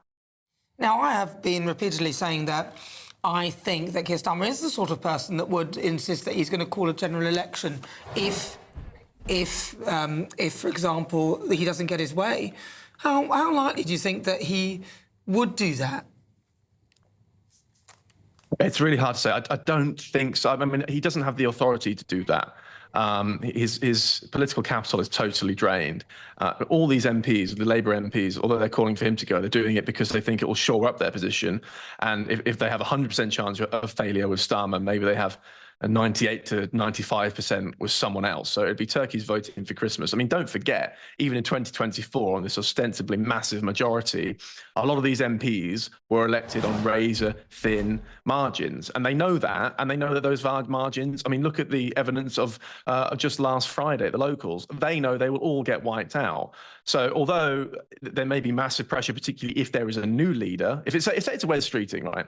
We're already hearing that if Streeting gets in the soft left, as they describe themselves, others might have stronger views on them. They say they will, or at least their briefing, they will not allow Streeting to govern effectively, and they'll try and undermine him because he does not fit their politics. Now, in that case, maybe Streeting would have no option but to go for an election to secure his own personal mandate. But either way, look, whichever way you cut this, you know, odds of this happening or that, I'd say, you know, the odds of continuing steady as she goes, Starmer heads for another 8 years in Downing Street, you can say the odds of that happening are about zero. Couldn't be sure. And very quickly, Andy Burnham apparently making his way to Westminster. Do we know anything more about whether he's had any conversations or who he's talking to, or whether there is even a safe seat for him to potentially sit in? Well, he has pulled out of an arranged talk, I think today, or certainly was heading up on course very soon. He also is briefing heavily in the last couple of hours that he's got a potential seat lined up and he might announce it. So he's hedging his bets a little bit, but the interesting thing about his operation is how sloppy it's been in the past, and how those who are speaking to him or around him, you know, he hasn't really had the ground game that you need to launch such a sophisticated operation like this, to come back into the Commons and immediately become Prime Minister from not even in the Commons in the first place. We'll see. But at the moment, he's suggesting that he has the place to go, but it's not clear where exactly that is yet. Good to see you, Adam. We'll let you go to sniff out some more stories. We'll stay across your feed and see what you've got to say in the coming hours. Lots, I'm sure. Maybe it'll be third time lucky for Andy Burnham. I mean, he's failed twice already. You never know. Well, as we say, there doesn't appear to be anything, that could be classed as a safe seat now. As far as Labour is concerned, so takes a risk, and of course any MP that decides to stand aside for him is taking a big risk. Maybe doing it for a peership, but if he doesn't get in, no, and I mean that's been Keir Starmer's sort of diamond every time. There's literally nobody else who's available to do it. Well, listen, there's more to come on Good Afternoon Britain. GBNews is live from Sir Keir Starmer's constituency, finding out what people there think. And joining us now is Labour Party member and regular contributor to GBNews, Andy Williams. Good afternoon to you, Andy. This is a very unedifying spectacle, isn't it? Yeah, it's just pathetic. It's embarrassing. I don't understand why the Prime Minister is keeping up the pretence that he's going to hold on to his job. We all know it's a matter of when, not if. Why is he bothering? Well, that's a very good question. Very good question indeed. Now, I just also wondered what you thought about... We've already had Jess Phillips resign, and now we hear that Alex Davies-Jones has also resigned. Now, what are your thoughts on that? That literally just happened this moment. Well, yeah, I mean, obviously yesterday we had a series of parliamentary private secretaries resigning, and while those are not household names or people that the public would have heard of or who would care about, it's significant. It felt very coordinated. Now we've got this drip of resignations. Jess Phillips obviously is quite a well-known figure. Look, it's not sustainable. The only question is, who is going to be the cabinet?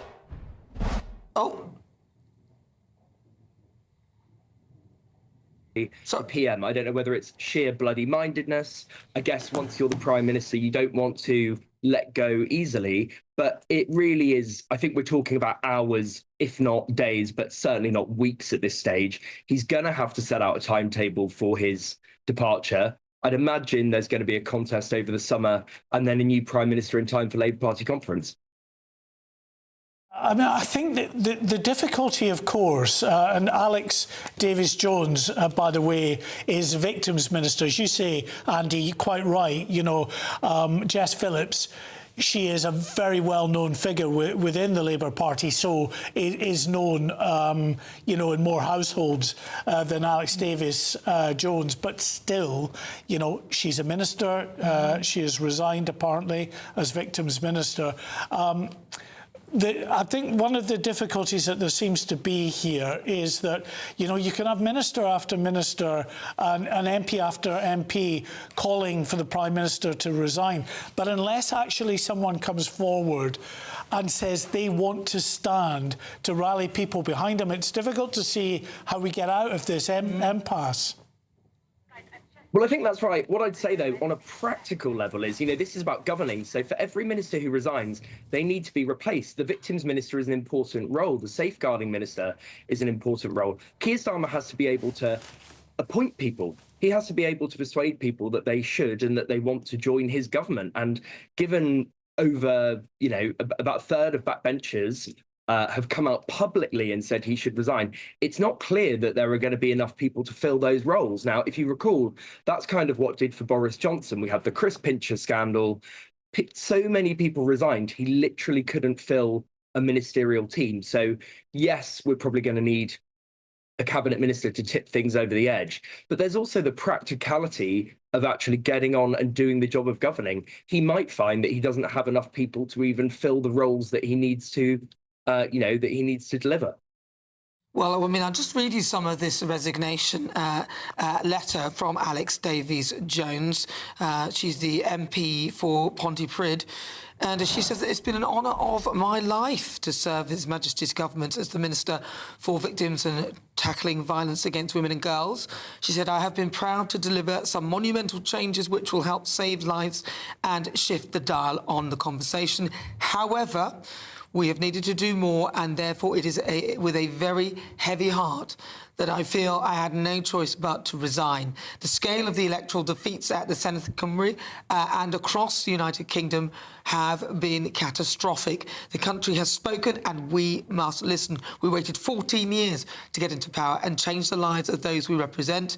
The time now is for bold, radical action. I know you to be a good and honest man, but in my heart are my constituents, the victims I have had the honour of working with every day, including the Hillsborough victims and their families, and all those who demand better of us. I implore you to act in the country's interest and set out a timetable for your departure. Wow. Andy, you know, clearly that minister there saying he knows him to be a good, honest man. But what I've heard about Sir Keir Starmer, which is apparently true as well, that he's very stubborn, single-minded. If he's determined to stay, ruthless. He is not going to listen. And for the time being, he's just not listening. He's hunkering down. Who's advising him, do you think, in number 10? Well, that's a great question, though. And he's gone through so many advisors.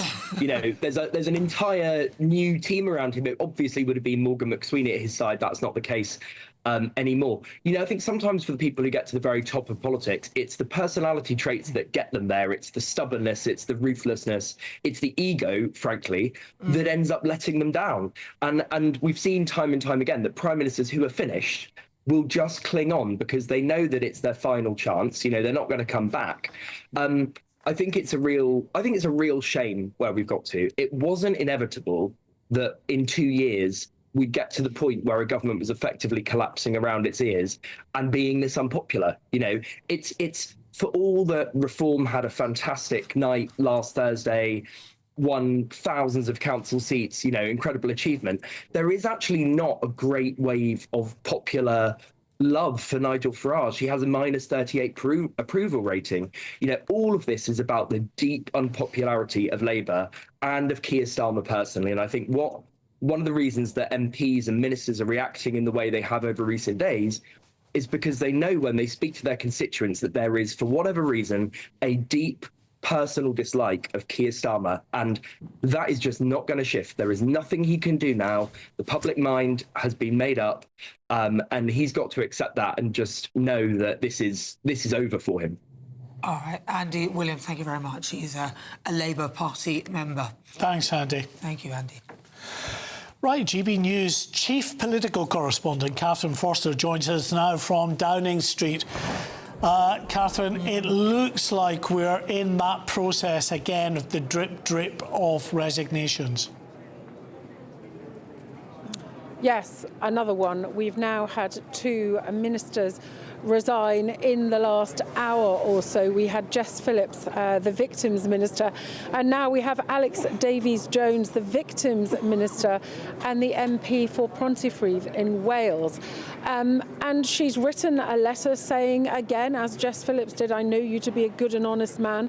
She talks about it being the honour of her life to have served to work for victims and tackling against violence against women and girls. Of course, the government has said that it will halve violence against women and girls in 10 years. But she says we needed to do more. And she talks of the election losses. She says the scale of the electoral defeats at the Senedd and across the United Kingdom have been catastrophic. And I was in Wales last week when the then First Minister Eluned Morgan lost her seat. Catastrophic was the word that she used. We've seen it across the country in the Red Wall, in Wales, in Scotland, traditional Labour heartlands that have turned away from the Labour Party because they feel that the Labour Party has abandoned them. And we now have Wales, a country that has been associated with Labour for over 100 years, where only 9 of the 96 MSs there are Labour. It's a country now dominated by Plaid, the Nationalist Party in the west, and by Reform in the east. So here we are. That cabinet meeting earlier seemed to have steadied the ship. The Prime Minister has said, he said it for several days, and he was still saying it this morning, that he is going nowhere. Cabinet ministers rode out behind him, but Wes Streeting, the Health Secretary, was very tight-lipped, didn't say a word. We know that he is currently best positioned to make a move. Will he? Because if he doesn't go now and Andy Burnham, the Mayor of Greater Manchester, finds a way back to Parliament, the chances are that he would get it. He is the favoured option, really. So it could be now or never for Wes Streeting. But if he does go, there's plenty of Labour MPs that frankly can't stand Wes Streeting, and there will be certainly somebody else who will stand as well. So this government promised to end the chaos of the Conservatives infighting and churning through of prime ministers, but at the moment it feels like we're in that world yet again. All right, well, Catherine Forster, thank you very much. Wow, what an incredible development of events. Stay with us here on GBNews. This is coming up to 52 minutes after 1 o'clock. And we're joined, of course, throughout the afternoon by Sir Michael Ellis, a former Attorney General. Sir Michael, in terms of the scenarios, we were, the fascinating thing we were discussing is, will they wait to give the King a dignified speech tomorrow in Parliament? It doesn't seem they're willing to wait. Well, I think His Majesty will be dignified no matter what happens. Oh, of course. But the Labour Party machine, I think, is running out of control. And I don't think they're any longer in total control of events. And it is starting to look as though the tide is going to shift during the course of this afternoon. It's interesting, Jess Phillips, in her resignation letter, she talked about deeds, not words, when she wrote to Keir Starmer. The implication from that is he's all talk and no action. Yeah. And then the other issue is this latest resignation, we need to do more, the MP for Pontypridd and Victims Minister said. Again, the implication is all talk and no action from Keir Starmer. And I think we're going to see more developments as the afternoon progresses. All right, well, you won't go anywhere, Michael Ellis, because we need to keep you here, because you're the font of all knowledge. But right now, let's cross over to live to North London, where GBNews' national reporter, Charlie Peters, is telling... Who's also very knowledgeable. He's very knowledgeable as well. So, Charlie, talk to us about what's happening there and your thoughts on what's going on at the moment. Well, Nana and Mark, welcome to Kentish Town, the very north of Sir Keir Starmer's St Pancras and Holborn constituency. It's very windy up here, and could these be the winds of change as the Prime Minister's job is in grave peril? He appears to be losing the spirit of defiance that we heard about earlier, as some ministers now hand in their resignation letters. But we've been speaking to some of the Prime Minister's constituents earlier this afternoon, and we have heard a mix of perspectives. Some people urging the Prime Minister to continue his mission of change, but plenty here, as you might expect, in leafy and liberal North London, saying that actually Sir Keir Starmer needs to go or urgently change course more towards the left. We've met plenty of former Labour Party members, many of whom voted for Sir Keir Starmer in 2024 in this constituency, but now say that they are members of the Green Party. I should also say that some of the people I've spoken to who say they do support the Prime Minister asked to be filmed anonymously about that support. So let's cross over now and listen to what people here in Kentish Town had to say to GBNews earlier today.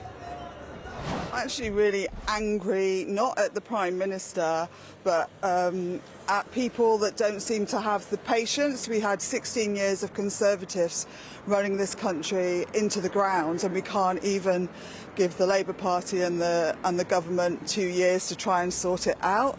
he doesn't have the charisma. He should stay. I mean, so far he's been doing a reasonable job, but they haven't given him time. It takes time for change, especially when it was in such chaos. So appealing to the right is the most heinous thing that he's done. I think he was a good man. I think he was a decent backbencher.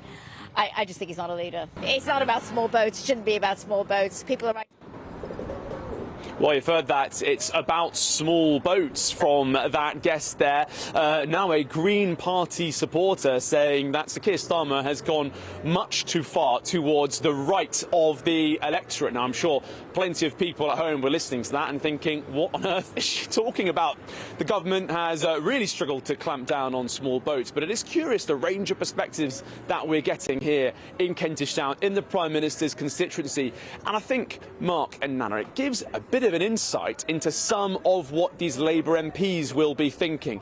In the Liberal corners of their constituency, most of the pressure they're getting on the doorstep and in their inboxes is likely to be coming from left-wing members of the party and those who want a change, who are floating left-wing voters. Perhaps that is leading to an alternative perspective that won't necessarily chime accurately with what the general public think. Lots of people here are telling me that there's too much focus on small boats, but where I've been all over the country in the last few weeks with GBNews, I hear exactly the opposite to that. Could that pattern be replicated in some of the constituencies of MPs who are now saying that Sir Keir Starmer needs to go? I think there's something in that.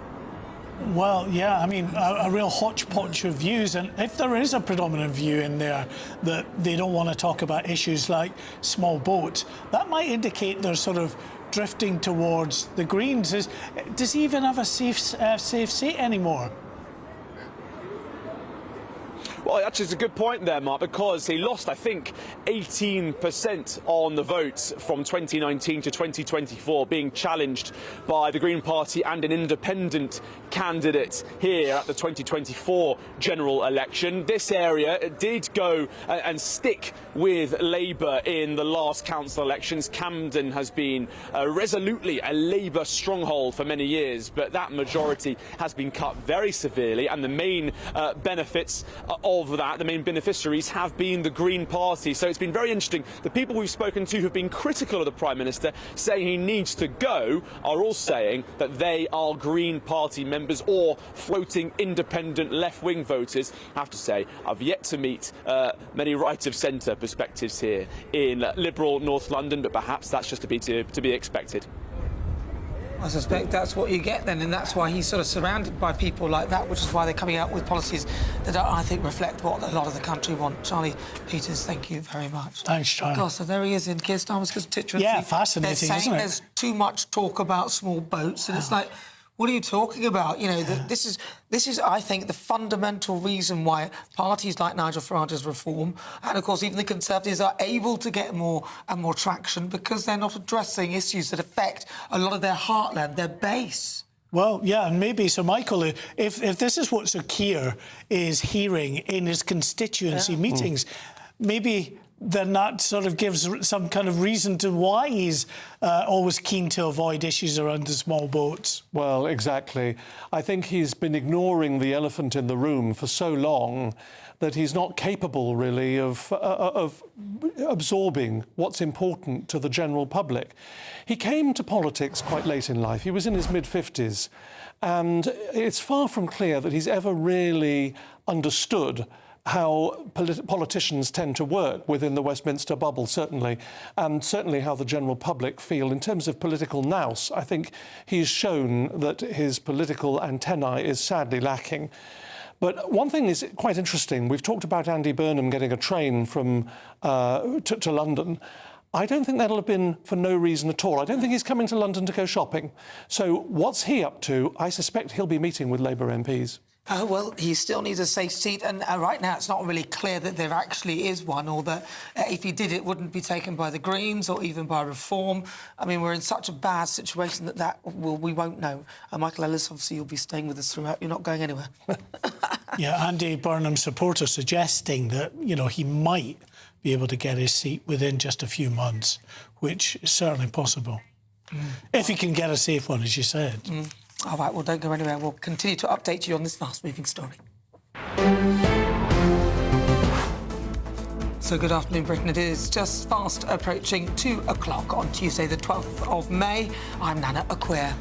And I'm Mark White. A third government minister resigns. Victims Minister Alex Davies-Jones joins Jess Phillips in the last hour and quits government.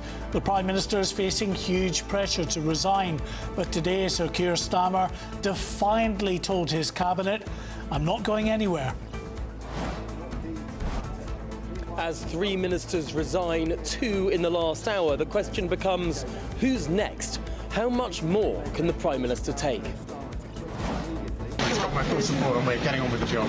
What was the mood like in Cabinet? Very good. Very purposeful. Is the Prime Minister right to be fighting on? Is he putting party over country? What was the mood like in Cabinet today, sir? Are you still behind the Prime Minister? Are you still backing him? Can he fight? Some cabinet ministers rally around the Prime Minister, but who are the potential leadership candidates? A number of names have emerged, but as of yet, no one has come forward. We'll have the full analysis. And GBNews is in the Prime Minister's constituency to find out what people there think. We'll be live in North London throughout the programme. Well, as ministers and MPs have their say, we are at the heart of the Prime Minister's constituency, getting a sense of what his voters want from him now. Right, well, I mean, what do they want from him? That sounds like they want him to go. He doesn't want to go. He's not going to go. He's going to cling on for as long as possible. Is it realistic, really, of him to think he can't do that? Because he's survived so many of these attempts when everyone thought it was not, that it was dire for him. Well, I just think the whole thing with the way in which the sort of process works within the Labour Party, it's not like the Conservatives. You know, if you want to depose a leader, then you have to stand up, be counted, gather the number of MPs, 81 MPs, to come forward before you can then drive that leadership campaign forward. Don't you even need to get approval from the NEC, the National Executive Committee, to put someone forward, or is that how it works? Well, someone that can tell us is our Deputy Political Editor, Tom Harwood, who joins us live from Downing Street as we continue to bring you live and rolling coverage on what looks like another significant afternoon, Tom. What on Nana's question there about whether they need to seek that approval from the NEC? Is this for, would Andy Burnham need to seek approval for the NEC to become a by-election candidate? Any leadership candidate, yeah. So the NEC does not play a role in a leadership challenge to Keir Starmer. That could be done purely parliamentarily. So the way that a challenge against Keir Starmer could take shape is that someone within the Parliamentary Labour Party, within the House of Commons, declares themselves a candidate. If then 80 other Labour MPs nominate that candidacy, 81 in total, that would force a leadership election. And as long as Keir Starmer then does not resign and fights that election, that immediately takes us into an election situation. Other candidates would likely put themselves forward, and the only threshold for a candidate to stand in that scenario would be to get that percentage of MPs, that 81 that we're looking at. Now, there are other scenarios of leadership elections where, in a scenario where the Prime Minister were to resign himself, there are all sorts of complicated rules within the Labour Party about having nominations from constituency Labour parties, about having nominations from what are known as socialist societies, as well as having MP nominations as well. So these are two sort of different tracks that a leadership election can take place in. campaign within the Labour Party. Where the NEC comes in about is in the context of Andy Burnham, who is currently not a Member of Parliament. In order to stand in a leadership contest under the Labour Party rules, you have to be a Member of Parliament, and also under the Labour Party rules, in order to become a Member of Parliament mid-term, to stand in a by-election, that needs to pass a special subcommittee of the NEC of 10 or 11 members of the NEC, which of course blocked Andy Burnham from becoming an MP in Gorton and Denton when he sought to get onto the shortlist for the nomination for the local Labour Party there. The NEC committee blocked his attempt to do so.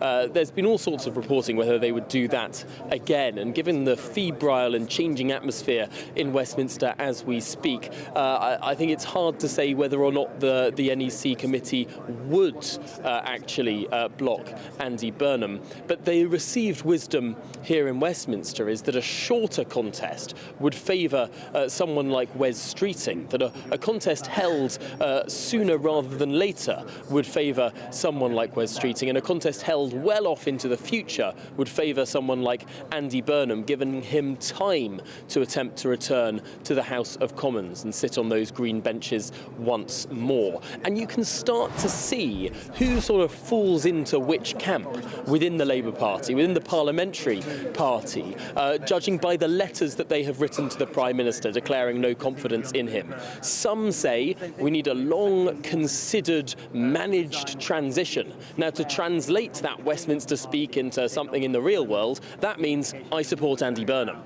There are others who say that we need a rapid contest, that we need to quickly replace the Prime Minister and get on with the job of government. That is basically Westminster speak for I support Wes Streeting. They're not saying it exactly in terms, but if you read into the detail of these letters, you can begin to build a picture of where these individual MPs stand.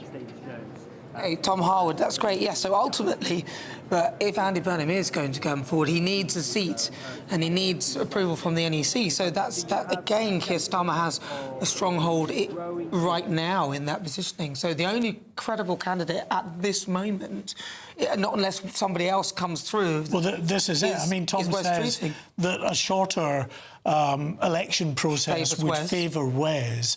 However, that doesn't, bring into the sort of calculation the possibility of Ed Miliband. And Ed Miliband, it seems, is more popular perhaps within the Parliamentary Party and certainly within the wider party. Yeah. So that could be the old spoke in the wheel. And there's also no actual agreement that the NEC would allow someone like Andy Burnham anyway. So Keir Starmer still has a stronghold on that. So yeah.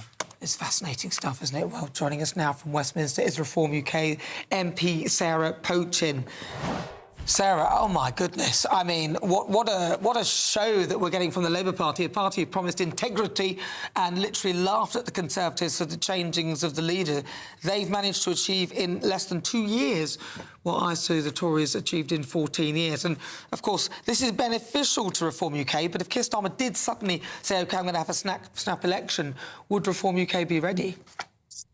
Well, it's fascinating for me, of course, as a Member of Parliament for exactly a year. And in that year, what have I witnessed from this Prime Minister? I've seen a Prime Minister who taxes working people to the hilt, who refuses to support business, who's made it so expensive now for businesses to employ that they just don't anymore, who's created an economy where it's more lucrative not to work than to go and get a job. A Prime Minister who has done nothing for the safety of women and girls, whether it's to do with grooming gangs, some of the changes to the judicial system. It doesn't matter what area I choose to talk about. This Prime Minister has U-turned. The public don't know what he stands for. And quite frankly, from the year I've witnessed, he deserves everything he's getting now today. Isn't there the issue, though? I mean, Reform have clearly done so well at the last set of elections that we've got, but depending on who they get, and if they get someone like Andy Burnham, who seems to chime with a broader spectrum of the country. Do you think then that there is a real danger that reform could suffer as a consequence? I don't think that there is any safe seat left anywhere for the Labour Party. The Labour Party is on its knees. I defied all the odds with a very, very safe Labour seat in Runcorn and Helsby when I won it, and that was a year ago. Since that win, we have done nothing but got stronger and stronger. We take nothing for granted, and the difference between Reform and the Labour Party is we do not take the electorate for granted. And on every door I knock on, I get told the same thing. Labour heartlands that have never been anything other than Labour for 50 years tell me that they've been forgotten by Labour, that Labour have done nothing for them. So I would comment to your question that I don't think there is anywhere that is safe now for Labour. I mean, I'm just going to come back to what I asked earlier, because I'm just wondering, OK, so Keir Starmer, in my view, he's quite a, very determined man. He won't be happy if he's unseated or he's forced to leave. So I'm wondering, whether, in fact, Keir Starmer... I don't know whether you can hear me, sir. I'm just going to check. I'm just wondering if... imagine Keir... but I've got your back. Oh, right. Just imagine Keir Starmer is bitter because he's been unseated or they're planning to unseat him. Just say he called a general election. He could do that. Would Reform UK be ready? Reform UK, of course, would rise to the challenge. We have the support of the British people behind us. We are working tirelessly behind the scenes in head office to make sure that we are ready for a general election. And it's our duty to be ready. We have the entire hope of the British nation now, of British patriots on our shoulders. And we would, of course, under Nigel's leadership, present a full host of candidates, if you like, as and when a general election will come down the line, as it inevitably will. Sarah, if we get this regular drumbeat of resignations throughout the rest of today, and yet the Prime Minister sticks to his guns, that he's not going to go, is it something that Reform might rise to in the Commons tomorrow? Might you try to push for a vote of no confidence in the Prime Minister, in the government? Well, of course, we laugh, don't we? But we're half serious. The fact is Keir Starmer's our greatest asset at the moment. Exactly. We'd be quite happy to hang on to Keir Starmer. We won't be calling for a vote of no confidence. Let's watch them all fight like rats in a sack and see what happens. But I don't think we need to get involved in that. And I just want to ask you, going back to Keir Starmer's speech, I was disappointed that he didn't... Well, I was disappointed with the whole thing, frankly, but the main disappointment for me was that he avoided the issue of small boats, and then he kind of did the whole thing out reforming reform, called Nigel Farage a grifter, and then started to sort of lambast the rally that is coming up on Saturday. What did you make of those elements of his speech? Look, it's all just white noise. Nigel has never changed his rhetoric. He's never changed his passion. He's never changed the direction of travel that he is going in. And it is all about putting British people first. This Prime Minister, we have seen, prioritises illegal asylum seekers over hardworking, tax-paying British nationals. And that is why the British public has had enough. Will you be going to the march on Saturday? Clearly, you've heard from the Prime Minister that he's not at all happy, that he feels that there are many far-right agitators that are going there. Will you be heading down yourself? I'm one of them. Well, of course he's going to say that, because this is the sort of cheap rhetoric. It's all he's got left in his arsenal, isn't it? The Prime Minister has nothing but these sort of cheap words to throw around. It's meaningless. Personally, no, I won't be going, but I'm delighted that the Metropolitan Police have agreed to, to this march going ahead, that the government have not tried to ban it either.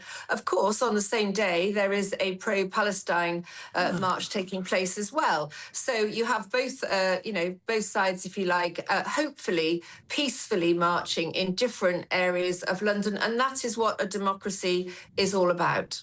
Yeah, it was interesting. The Prime Minister didn't mention anything about that Nakba march that's taking place, Sarah. Yeah, well, it's funny that, isn't it? As we know, he is happy to call the types of patriots that will be in Whitehall on Saturday far right. But we know, don't we, that so many of those there carrying their Union flags, carrying their St George's flags, they are just there because they love this country and they want to make sure that we retain our culture and our values. That's all that march is about. But of course, Keir Starmer will call it far right. But that's, as I say, it's all he's got left. He may not even still be here by Saturday. All right, thank you very much, Sarah Fochin. She's Reform UK's MP. Thank you very much.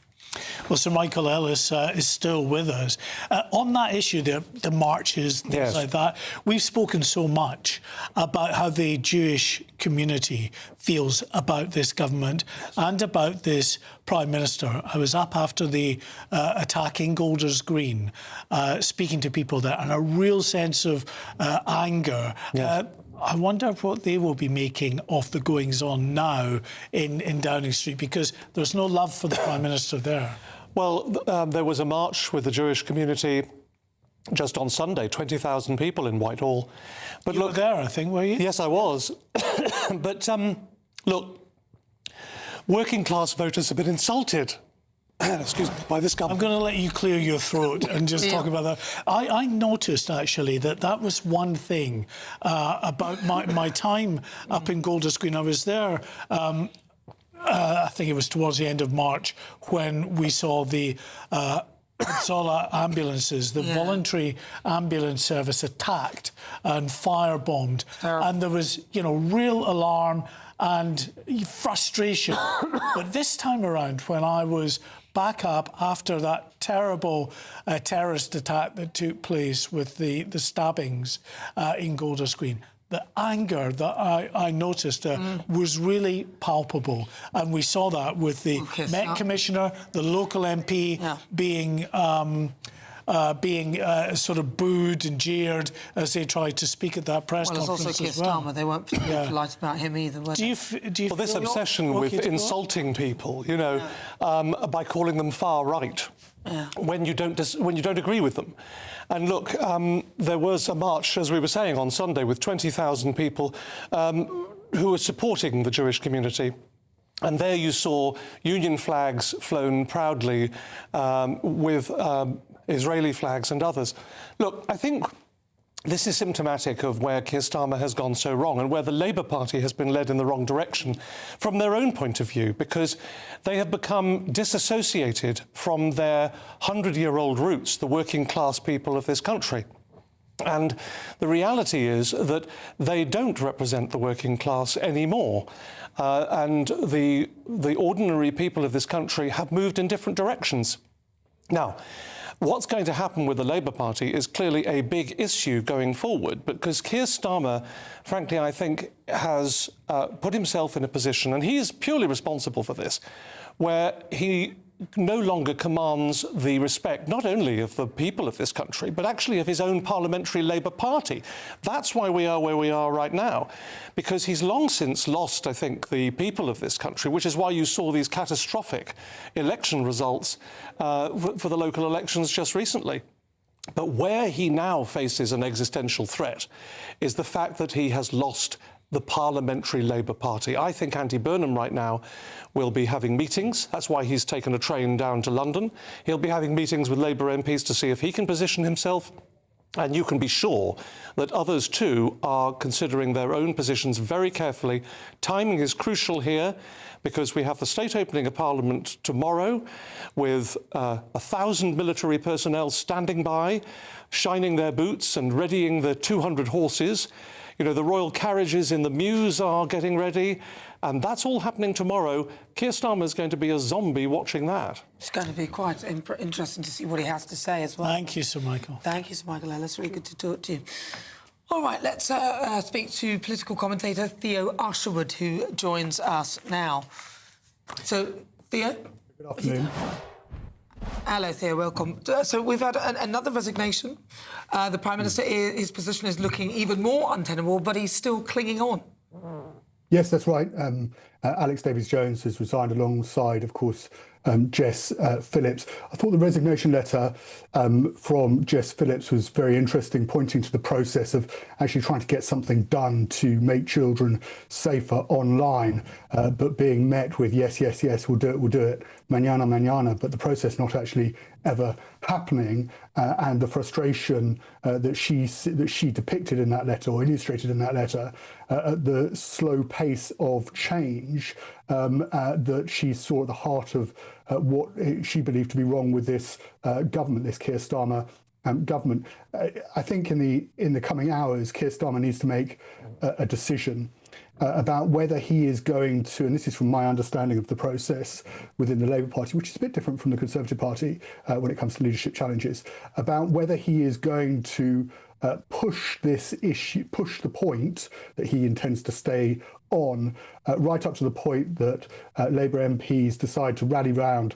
Well, Catherine West has already put her hat in the ring. I think it's seen by many as, of course, a bit of a joke, but to trigger that process, and that was the message to Cabinet this morning, and say, OK, bring it on, or actually whether he decides to go long and say, OK, I recognise that I need to step down. There's going to be an orderly process. And this is where the voices from senior members of the Cabinet are, this is what they're advocating, which would potentially go on over the summer into September and the party conference.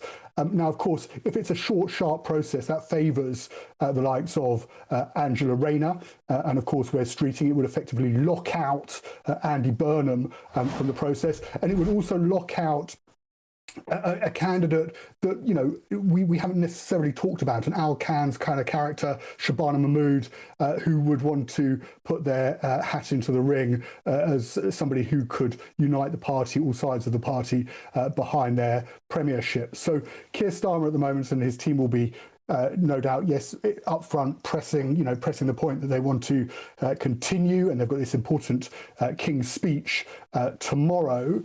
But behind the scenes, there is a decision that the Prime Minister is going to have to make about actually whether he, as they would see it, his wing of the Labour Party would see it, the risk of an Angela Rayner-led government is not worth contemplating, and actually there needs to be a much more steadier process, more orderly and responsible processes. I think responsible was the used word by Defence Secretary John Healey, to allow other names to enter the fray. You're a wise watcher of these things, Theo. Apparently, Number 10 are briefing out that it's business as usual for the Prime Minister, that he's been chairing a meeting of the Middle East Response Committee. He wants to continue delivering for the country. Just forward less than 24 hours now, if you would, to the Commons tomorrow. After, of course, we get the pomp and pageantry of the King's speech there.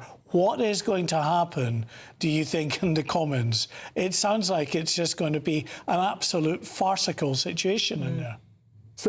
So I think just to break it down, you know, to your point, and having seen this before, this isn't my first rodeo, having watched this, but it's in terms of looking at the way that you defend your position from inside Number 10 Downing Street. At the moment, it's a bunker mentality, and you have to present to the world that everything continues as normal, because the moment that you see the fact that actually the walls are crashing in around you, that's the moment the game's over. And so it will be okay until it's not okay, is my point. And the key next few hours, and from what I've seen and others reporters on the ground, and I'm sure Chris, your political editor, is across this, there are expected to be more resignations this afternoon.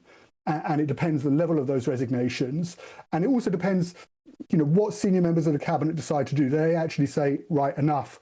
We've formed this position now that the Prime Minister can't carry on, and as what happened with Margaret Thatcher, they go in one by one and tell Keir Starmer that the game's up and that he needs to allow for an orderly transition. So I think those are the next 12 hours. These moments, these afternoons that we're about to experience, they happen very, very quickly. Things change moment by moment. It's very difficult to predict exactly what's going to happen. But I would imagine that at some point this afternoon, going into this evening, Keir Starmer, given the level of rancour within the Labour Party right now, given the level of resignations, if we see an uptick in the level of ministerial resignations of discontent, then at some point very soon Keir Starmer is going to have to take that head on, because as things stand, he can't just go into the Commons tomorrow pretending it's business as normal when clearly it isn't. Well, thank you, Theo. Thanks very much for that. You'd think he can't go in, I think but he might well try and do that. It's been reported as well that apparently Labour's backbench Parliamentary committee that normally meets with the Prime Minister once a week have been blocked from meeting with the Prime Minister in Downing Street today. So. Well, he can run, but he can't hide. Well, but he is hiding, it seems. But he's not running either, is he? All right, well, joining us now is Liberal Democrat MP for North Cornwall, Ben Maguire. Now, Ben, the Liberal Democrats actually did OK in the local elections, as it were. I mean, you gained seats in many English councils, and also in the Scottish Parliament, you got 10 there and 1 in the Welsh Parliament. So they're doing OK. The Liberal Democrats are quite good at sort of local elections, but the local elections showed just how dire the Labour Party are being perceived. What is your take on what should happen now? Should Keir Starmer go? Yeah, good afternoon. Thanks for having me on. I must say, just to start, I do feel so sort of despairing to see this happening yet again. I decided to stand for election in 2024 after the psychodrama that was the Boris Johnson and Liz Truss years under the Conservative Party.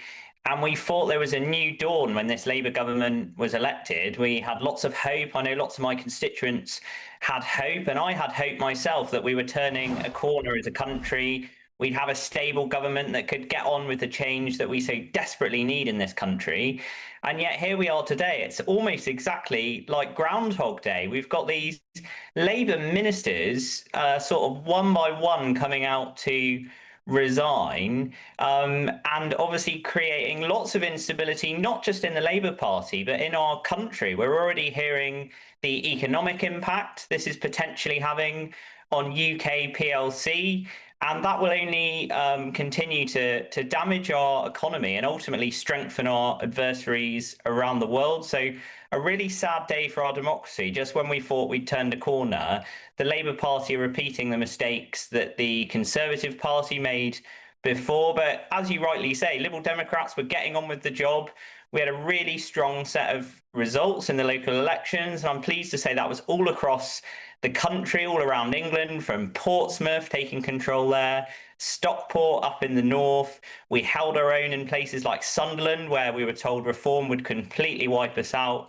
And as you say, we've had a fantastic set of results in Scotland as well. So Liberal Democrats getting on with the job, as we always do, working hard for our local communities. But I must say, I'm desperately sad to see what's going on in 10 Downing Street today.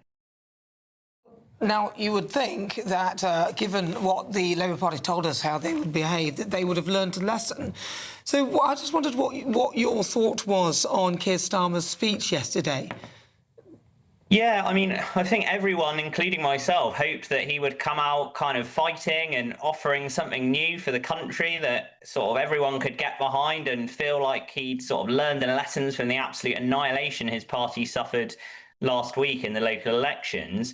But what we got in reality was more of the same from the Prime Minister, this kind of half-baked plan. He mentioned something about nationalising steel, which I assume he thought would chime well with some of his colleagues on the left of the Labour Party. We got a half-baked plan, rehashed, reheated plan on Europe, which we've heard before, not really much substance there. And it wasn't really anything new. We've kind of got to know Keir Starmer after the last 2 years of his government as someone who's very cautious, someone who's quite conservative, moves at a snail's pace. And I think it seems today, like lots of his MPs have realised, he's not willing to bring about the drastic changes that all of our constituents are so desperate for, be it on the cost of living, which is a real urgent crisis up and down the country at the moment. People unable to pay their energy bills, people unable to afford food for their families as well. And he's really not risen to the moment. And it seems like one by one, his Labour MPs are calling for him to go, which, as I say, is just so destabilising, both for our country, our political system, but also for our economy. It's not going to help the cost of living, which this government should be absolutely laser focused on right now. Interesting you should say that, Ben, and that's not just coming from a political opponent like yourself, as was pointed out in that resignation letter from Jess Phillips. She's talking about effectively that there is no dynamism from Keir Starmer in trying to push forward with policy that she wants acted on as a matter of urgency. So it does fit the kind of this characterisation, doesn't it, of the Prime Minister, that he's a manager, he's not really a leader. Absolutely. He's more of a technocrat than a charismatic leader. And I think what we're seeing in the UK at the moment, as well as a big fragmentation in our politics, ultimately we're looking at more like a 5-6 party system as opposed to the traditional 2-party system. We're also seeing this style of presidential politics where you need quite a strong personality to lead the country, and he certainly doesn't seem to be that style of leader. And when you look at some of the substance, not just his speech yesterday, but some of the so-called grand reforms that lots of Labour members tout as their big successes.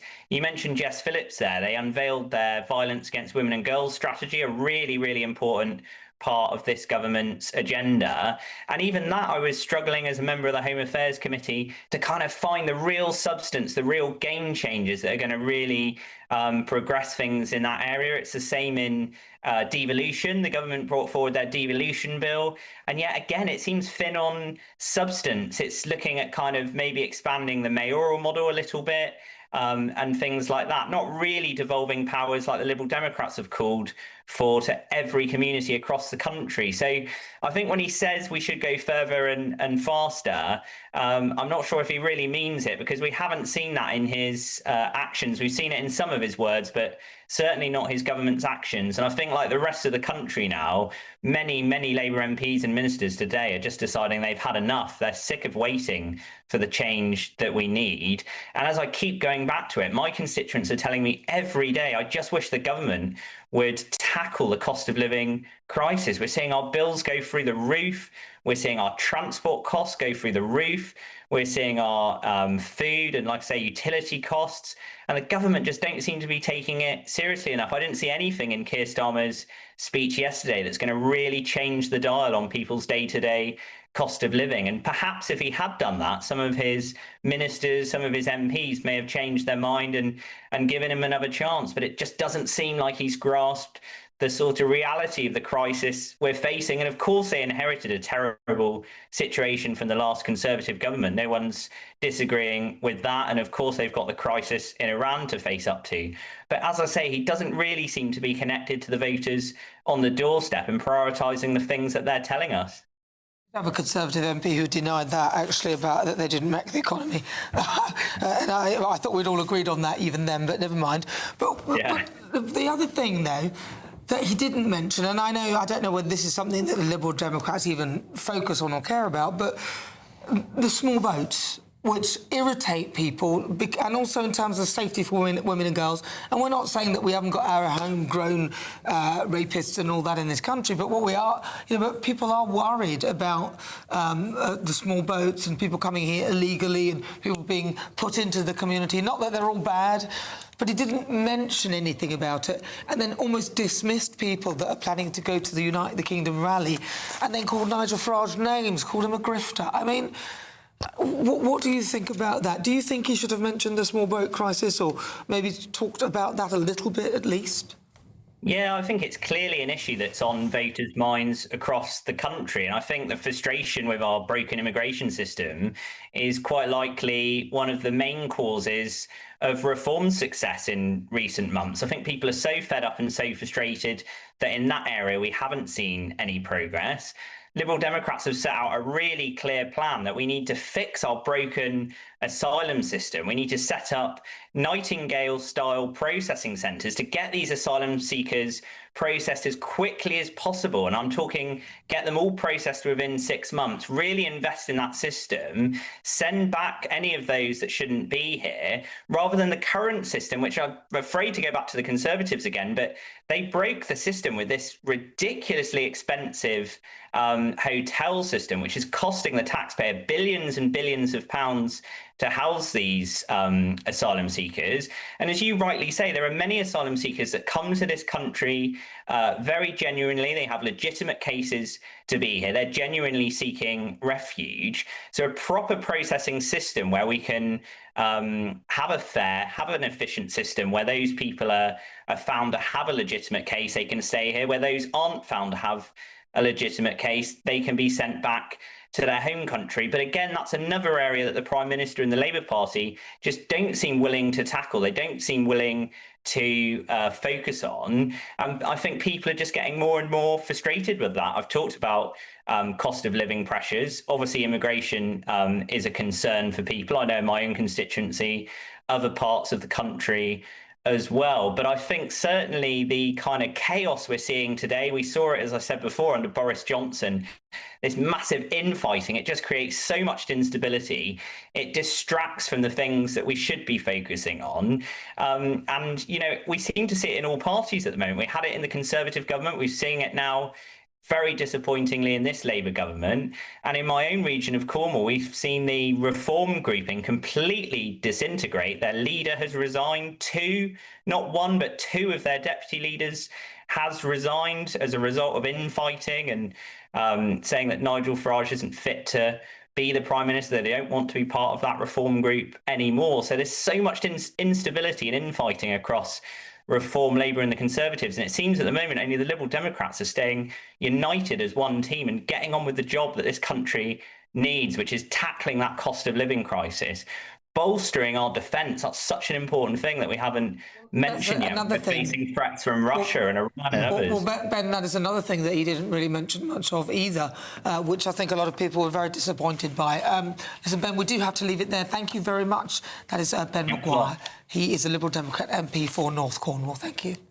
Right, let's cross to our Deputy Political Editor at Downing Street, Tom Harwood.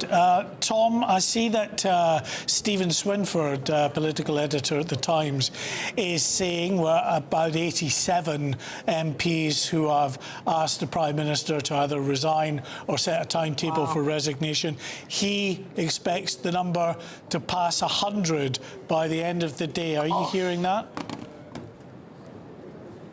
That does ring absolutely true. I've been personally following the Guido Fawkes list of registered individuals, of members of Parliament who have publicly expressed their discontent with the Prime Minister and urged him to go. Now, of course, that's separate from those who have privately said such things. Reportedly, members of the Cabinet have said such things in private to the Prime Minister, and indeed, we just don't know how many people have privately signed themselves up to the sort of shadow leadership campaigns that have been rolling for many months now, whether that's Angela Rayner, Wes Streeting, or indeed Andy Burnham, who is down in London today, having got the train down from Manchester, reportedly to meet with Labour MPs amidst this febrile atmosphere here in Westminster. It's fair to say there are a number of individuals in the Cabinet and former Cabinet ministers like Andy Burnham who have been wining and dining Labour MPs for months, who have been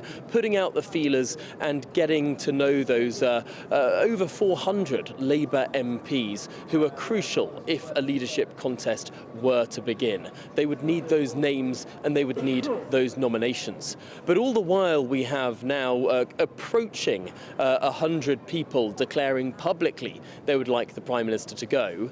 Reportedly, there is also now a letter doing the rounds of those loyal to the Prime Minister. Reportedly, around 100 have signed up to that letter, being promoted by the Chief Secretary to the Prime Minister, in what will probably be published later on this afternoon, an attempt for the Prime Minister to wrestle back the narrative from those series of resignations from Parliamentary private secretaries and junior ministers that we have continued to see through this afternoon.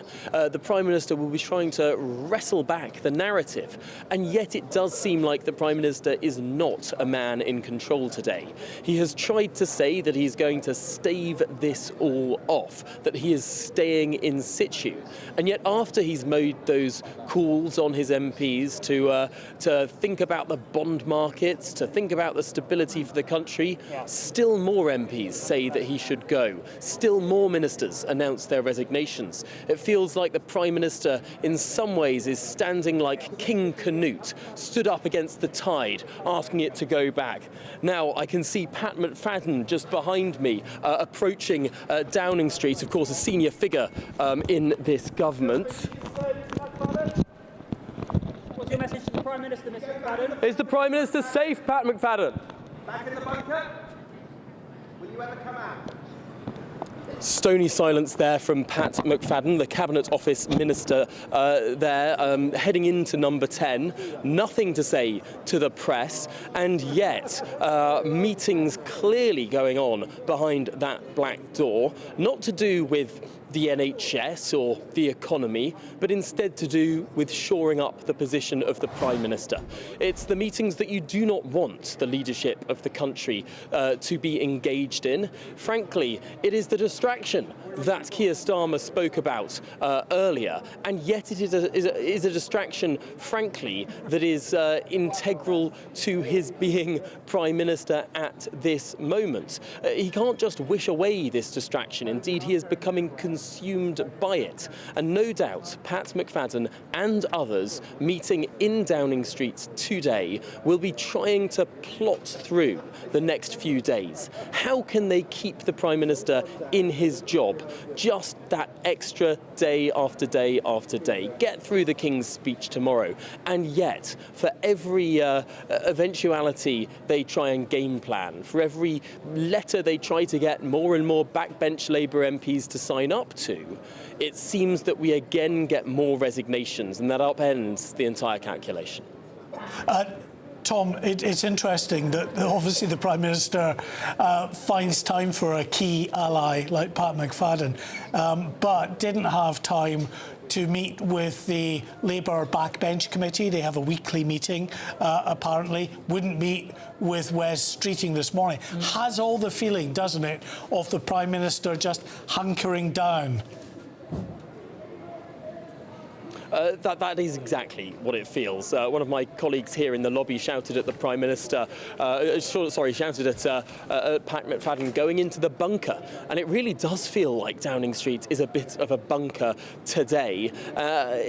Gordon Brown was accused of having a bunker mentality when he was Prime Minister, not listening to criticism, keeping those around him, those who were in favour of his in-group, in that in-group. Well, Gordon Brown's been brought back in as an advisor to this government, and I just wonder, is this Prime Minister having that same bunker mentality that Gordon Brown did, not just in his final days as Prime Minister before the election, but also those final days in May after the 2010 general election, when Gordon Brown was accused of being a squatter in number 10 throughout those coalition negotiations, after he'd lost that election but before the coalition agreement was reached. But I digress. This Prime Minister is clearly meeting with allies and is clearly in the midst of crisis talks, trying to game plan the coming days, trying to find a way through.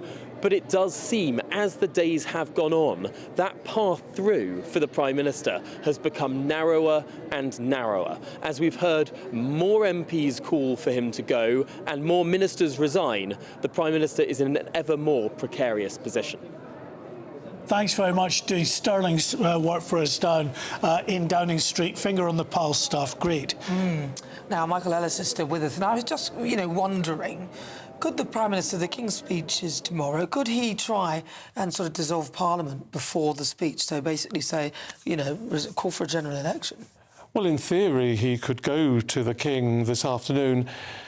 So in practice, though, I think that's extremely unlikely. But I think, you know, what we're seeing actually here from Keir Starmer is more of the ostrich syndrome, as I call it. He's sticking his head in the sand and hoping the problem will go away, and it isn't. And this is why we're getting reports that, you know, this morning at the cabinet meeting, he said to everyone, I'm not discussing my departure or anything like that. We can have private conversations with individuals. And then after the cabinet meeting, no time to see any other individuals. So that's why we hear that Wes Streeting was the last to leave. But look, I've served under 5 prime ministers, and what I can tell you now is that no work will actually be going on to run this country right now. This is what's key. This is what your viewers will be so frustrated about, because can you imagine any work going on in these government departments, in the health department, in the defence ministry, you know, and so on? The country's not being served by this psychodrama. What will actually be happening is plotting. Yeah. They'll be plotting in the tea rooms and discussing whose faction they're on, when they're going to make their moves. What we are hearing from people like Stephen Swinford at the Times is that only small numbers, about his calculation is that only 16% of the ministers have spoken up in favour of Keir Starmer at the moment. Many others are remaining silent, and several others, as we know, have called for his resignation or resigned themselves. So we've got more of this psychodrama to come. And in terms of that bunker mentality then, is that something that takes over? From your experience, you'll have seen it time and again within the Conservative Party with successive prime ministers facing the same issue. Are they incapable in this time of stepping back and saying, look, the end is here, it's time to go? There is a bit of that. There is a bit of the rose-tinted spectacles. You know, I remember going into Number 10 to see Prime Minister Theresa May 24 hours before she herself resigned, and it was like the Marie Celeste. I mean, people were not at their desks. You know, I'm afraid there is this atmosphere, this inevitable atmosphere at these times of decay, and Keir Starmer can't effectively run the country at the moment. We are where we are, and we'll see for further developments. All right, well, listen, Michael Ellis, we have to leave it there because I know you've got another appointment. You're going to be a very busy man today. So thank you very much for... Well, we'll see you back here tomorrow because you're helping front our coverage of the ceremonial. All the ceremonials. Looking forward to it. Thanks, guys. It's going to be great. Thank you, Sir Michael. All right, well, listen, if you've just joined us, where have you been? 46 minutes after 2 o'clock has been developing this story across the afternoon. And we're now joined by former Labour advisor Aisha Ali Khan. Aisha, well, you heard what Michael is saying. What will be happening here is plotting in the tea rooms and all that kind of thing. They won't be doing any work at all. I mean, you've been in government, you've seen what happens. What will be going on? Is he right? I think right now this is what we would call a sinking ship. And again, Chris, we've been speaking about this for the last few weeks, that this is going to happen. This was going to happen after the local elections. It's really brutal right now, and everybody's trying to. People that are loyal to Keir Starmer right now are trying to show support, but also know that this is pointless. He's refusing to take advice, and I think this idea that he's going to try and hold on until Parliament has been dissolved, I don't think that would be beneficial to anybody, not Keir, not the Labour Party, and not the rest of us. He seems to care that much for the rest of us because... And that's, you know, only from what I've observed, that every time there's an issue, he clings on for dear life. Didn't allow Andy Burnham to come through, which would have been very helpful for the country and the party. Andy Burnham would have won. I'm pretty sure he would have. But now there's literally no safe Labour seat. And he is just clinging on, saying he's not going to go. And he said he's actually going to spend another 10 years leading this country. I think what we need to look at is the contenders that could potentially replace Keir Starmer. And I tweeted this earlier on. I said there isn't really a viable plan in place. And for me, that just made, it reminds me of 10 years ago when we had the Brexit vote and David Cameron just resigned on the spot. And then suddenly it was a free-for-all. Everybody was trying to, jostle for power.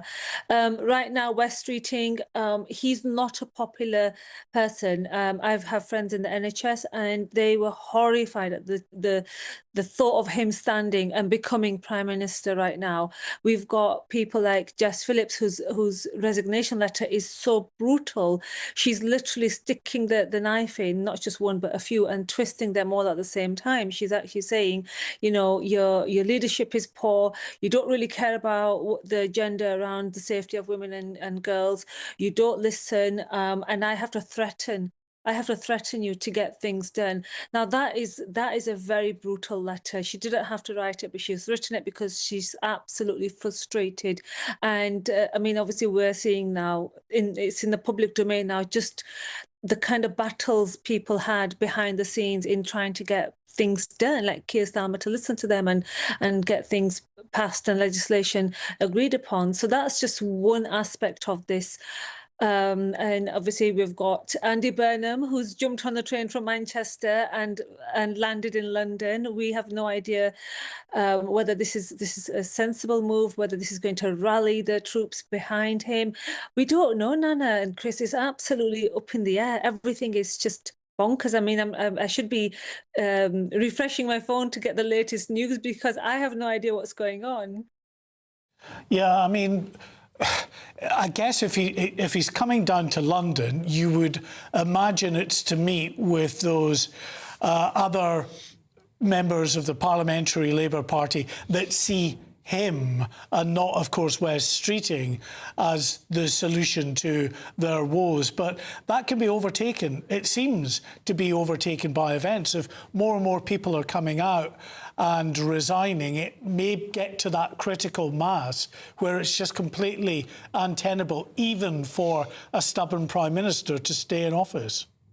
Absolutely. And Chris, I just want to say, this is what's known as a poisoned chalice in politics, where you think you want it, but when you get it, you realise this is actually really, really dangerous. And we saw this with consecutive Tory MPs who became Prime Minister. One by one, they were picked off because the task at hand, nobody could get a hold of. And also, if you lose the support of your colleagues, people that you've worked with, people that literally 18 months ago were standing shoulder to shoulder and happy that they entered the government. It's such a quick turnaround. It's actually quite baffling how quickly people have gone. Not 18 months, nearly 2 years. It's baffling how quickly things went from absolutely fantastic to the mess that we're seeing right now. The complete, I don't want to swear, but the complete show that we've got right now. Aisha Ali Khan, always a pleasure to talk to you, but I'm not baffled by why it's gone wrong. I think some of the policies they came out with, winter fuel for a starter, wasn't really a wise thing to do, particularly because it wasn't in the manifesto. Really good to talk to you. Thank you very much. Thank you. Well, let's cross now to North London, where our national reporter Charlie Peters is in the thick of it. Look, Charlie, of course, people are so connected these days. They're into their phones. They will know as much as us what's going on there. What are they telling you? Well, Mark and Nana, there's been a real range of views here in Sir Keir Starmer's constituency of St Pancras and Holborn. We're here in Kentish Town, right at the north of the constituency, and we've heard people supporting the Prime Minister, but also plenty of opposition, predominantly from people who say that they were Labour Party supporters, many of them saying they were glad to vote for Sir Keir Starmer in 2024, but were now supporting the Green Party. And lots of supporters of the Prime Minister, many who say that they've been living here for many years and supported him since he took the seat in 2015, saying that they were frustrated with the opposition towards his leadership, saying that change needs time. Some of the people I've heard from here, Mark and Nana, sounded almost like the cabinet ministers we've been hearing coming out into Downing Street, giving that defiant message. But let's take a listen to some of the voices that spoke to GBNews earlier today. Actually really angry, not at the Prime Minister, but at people that don't seem to have the patience. We had 16 years of Conservatives running this country into the ground, and we can't even give the Labour Party and the government 2 years to try and sort it out. He doesn't have the charisma. He should stay. I mean, so far he's been doing a reasonable job, but they haven't given him time. It takes time for change, especially when it was in such chaos. So appealing to the right is the most heinous thing that he's done. I think he was a good man. I think he was a decent backbencher. I just think he's not a leader. It's not about small boats. It shouldn't be about small boats. People are right to be angry, but they're being angry about the wrong thing. Well, yeah, listening to that perspective of that lady at the end saying that she thought the Prime Minister was a decent man, but also that he had moved too far to the right and was focusing on the wrong issues, saying that people's concerns with small boats, for example, were misplaced. And I think that just goes to the heart of the concerns and the issues, perhaps, that so many Labour MPs rebelling against the Prime Minister are facing. At home, among their own activists and in their constituents, they might hear a more centre-left, left-liberal perspective than perhaps other constituencies that they are losing. That's putting them under so much pressure, and perhaps it's why we're seeing this shift that we're facing at the moment. Charlie, do you think that because it seems now it becomes more and more clear as to why Keir Starmer didn't mention the small boats, but it's almost as though he didn't realise that the reason why Reform UK are doing so well is because they are mentioning the small boats. It feels as though there seems to be a block in the mind of those at the top of Labour that almost as though the small boats are not relevant at all. They're a small side issue.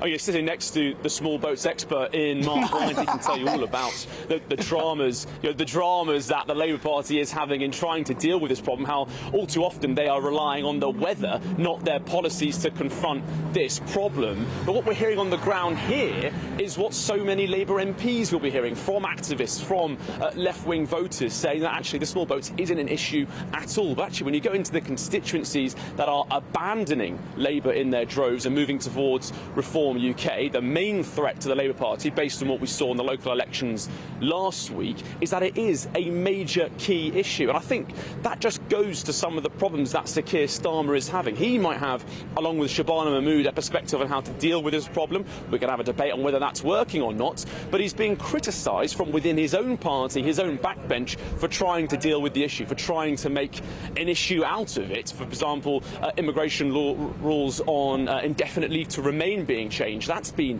a major issue of opposition among the Labour left as well. And when you meet some of the Labour activists in this constituency, those who've left the Labour Party and gone to the Greens, those more vocal constituents, you can see why those backbenchers think they are losing votes by tackling issues like mass immigration, when in fact, perhaps the opposite is true.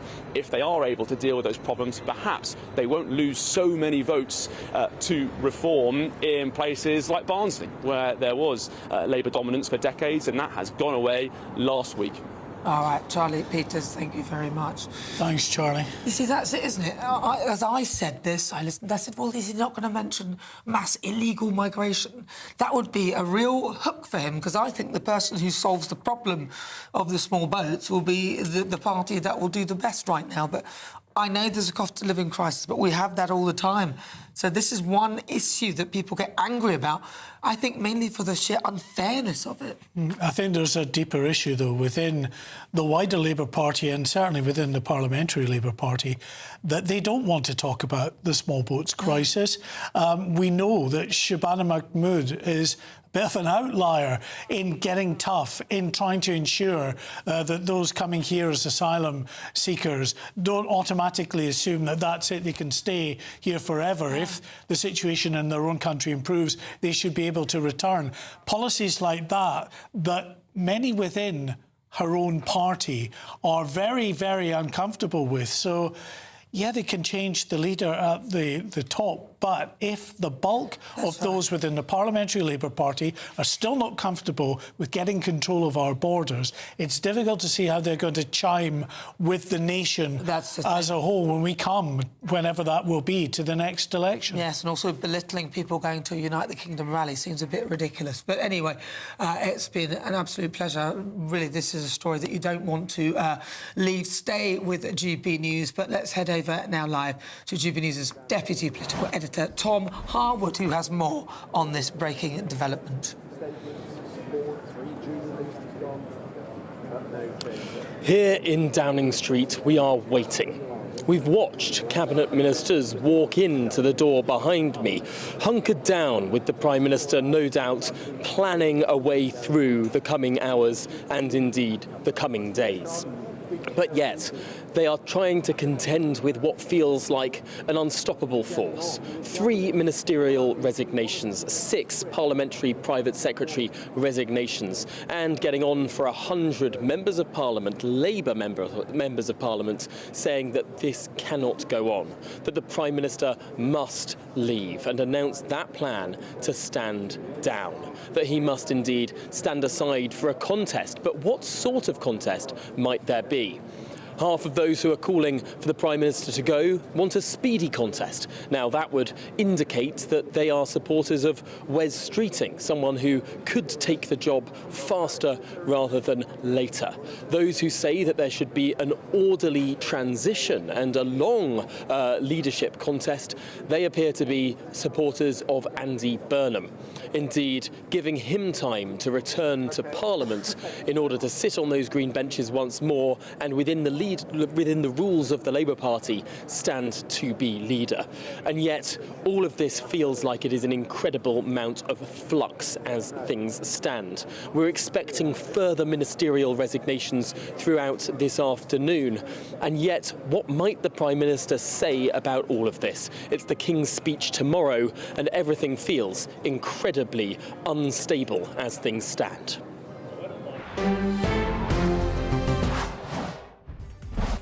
Thank you very much indeed, Tom Harwood. What a day ahead we have in politics. Very good afternoon to you. It's 3 p.m. Welcome to the Martin Dorby Show here on GB News, broadcasting for you all the way through until 6 p.m. Look at that vista over Westminster of the Prime Minister's days, or indeed hours, numbered. And here's what's coming up on today's show. Keir Starmer is now clinging onto power by his fingernails as 3 ministers have now quit the government. At the weekend, Keir Starmer claimed he wanted to be Prime Minister for 10 years, but with other ministers expected to drop like flies this afternoon. Will the PM survive the next 10 hours?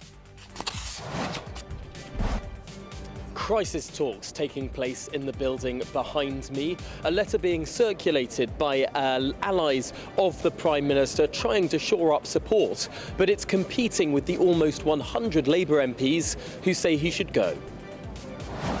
It's got my full support and we're getting on with the job. What was the mood like in Cabinet? Very good. Very purposeful. Is the Prime Minister right to be fighting on? Is he putting party over country? What was the mood like in Cabinet today, sir? Are you still behind the Prime Minister? Well, a rump of ministers inevitably rally around the Prime Minister. But who is the most likely now to succeed to Keir Starmer? Wes Streeting fancies the swing, but his left-wing opponents have claimed he'd be lucky to outlast a lettuce. Plus, we'll show exactly why Andy Burnham's rocky routes to power would launch a bloody all-out war from both Reform and the Greens to lock the Manchester mayor out of the race. And also today,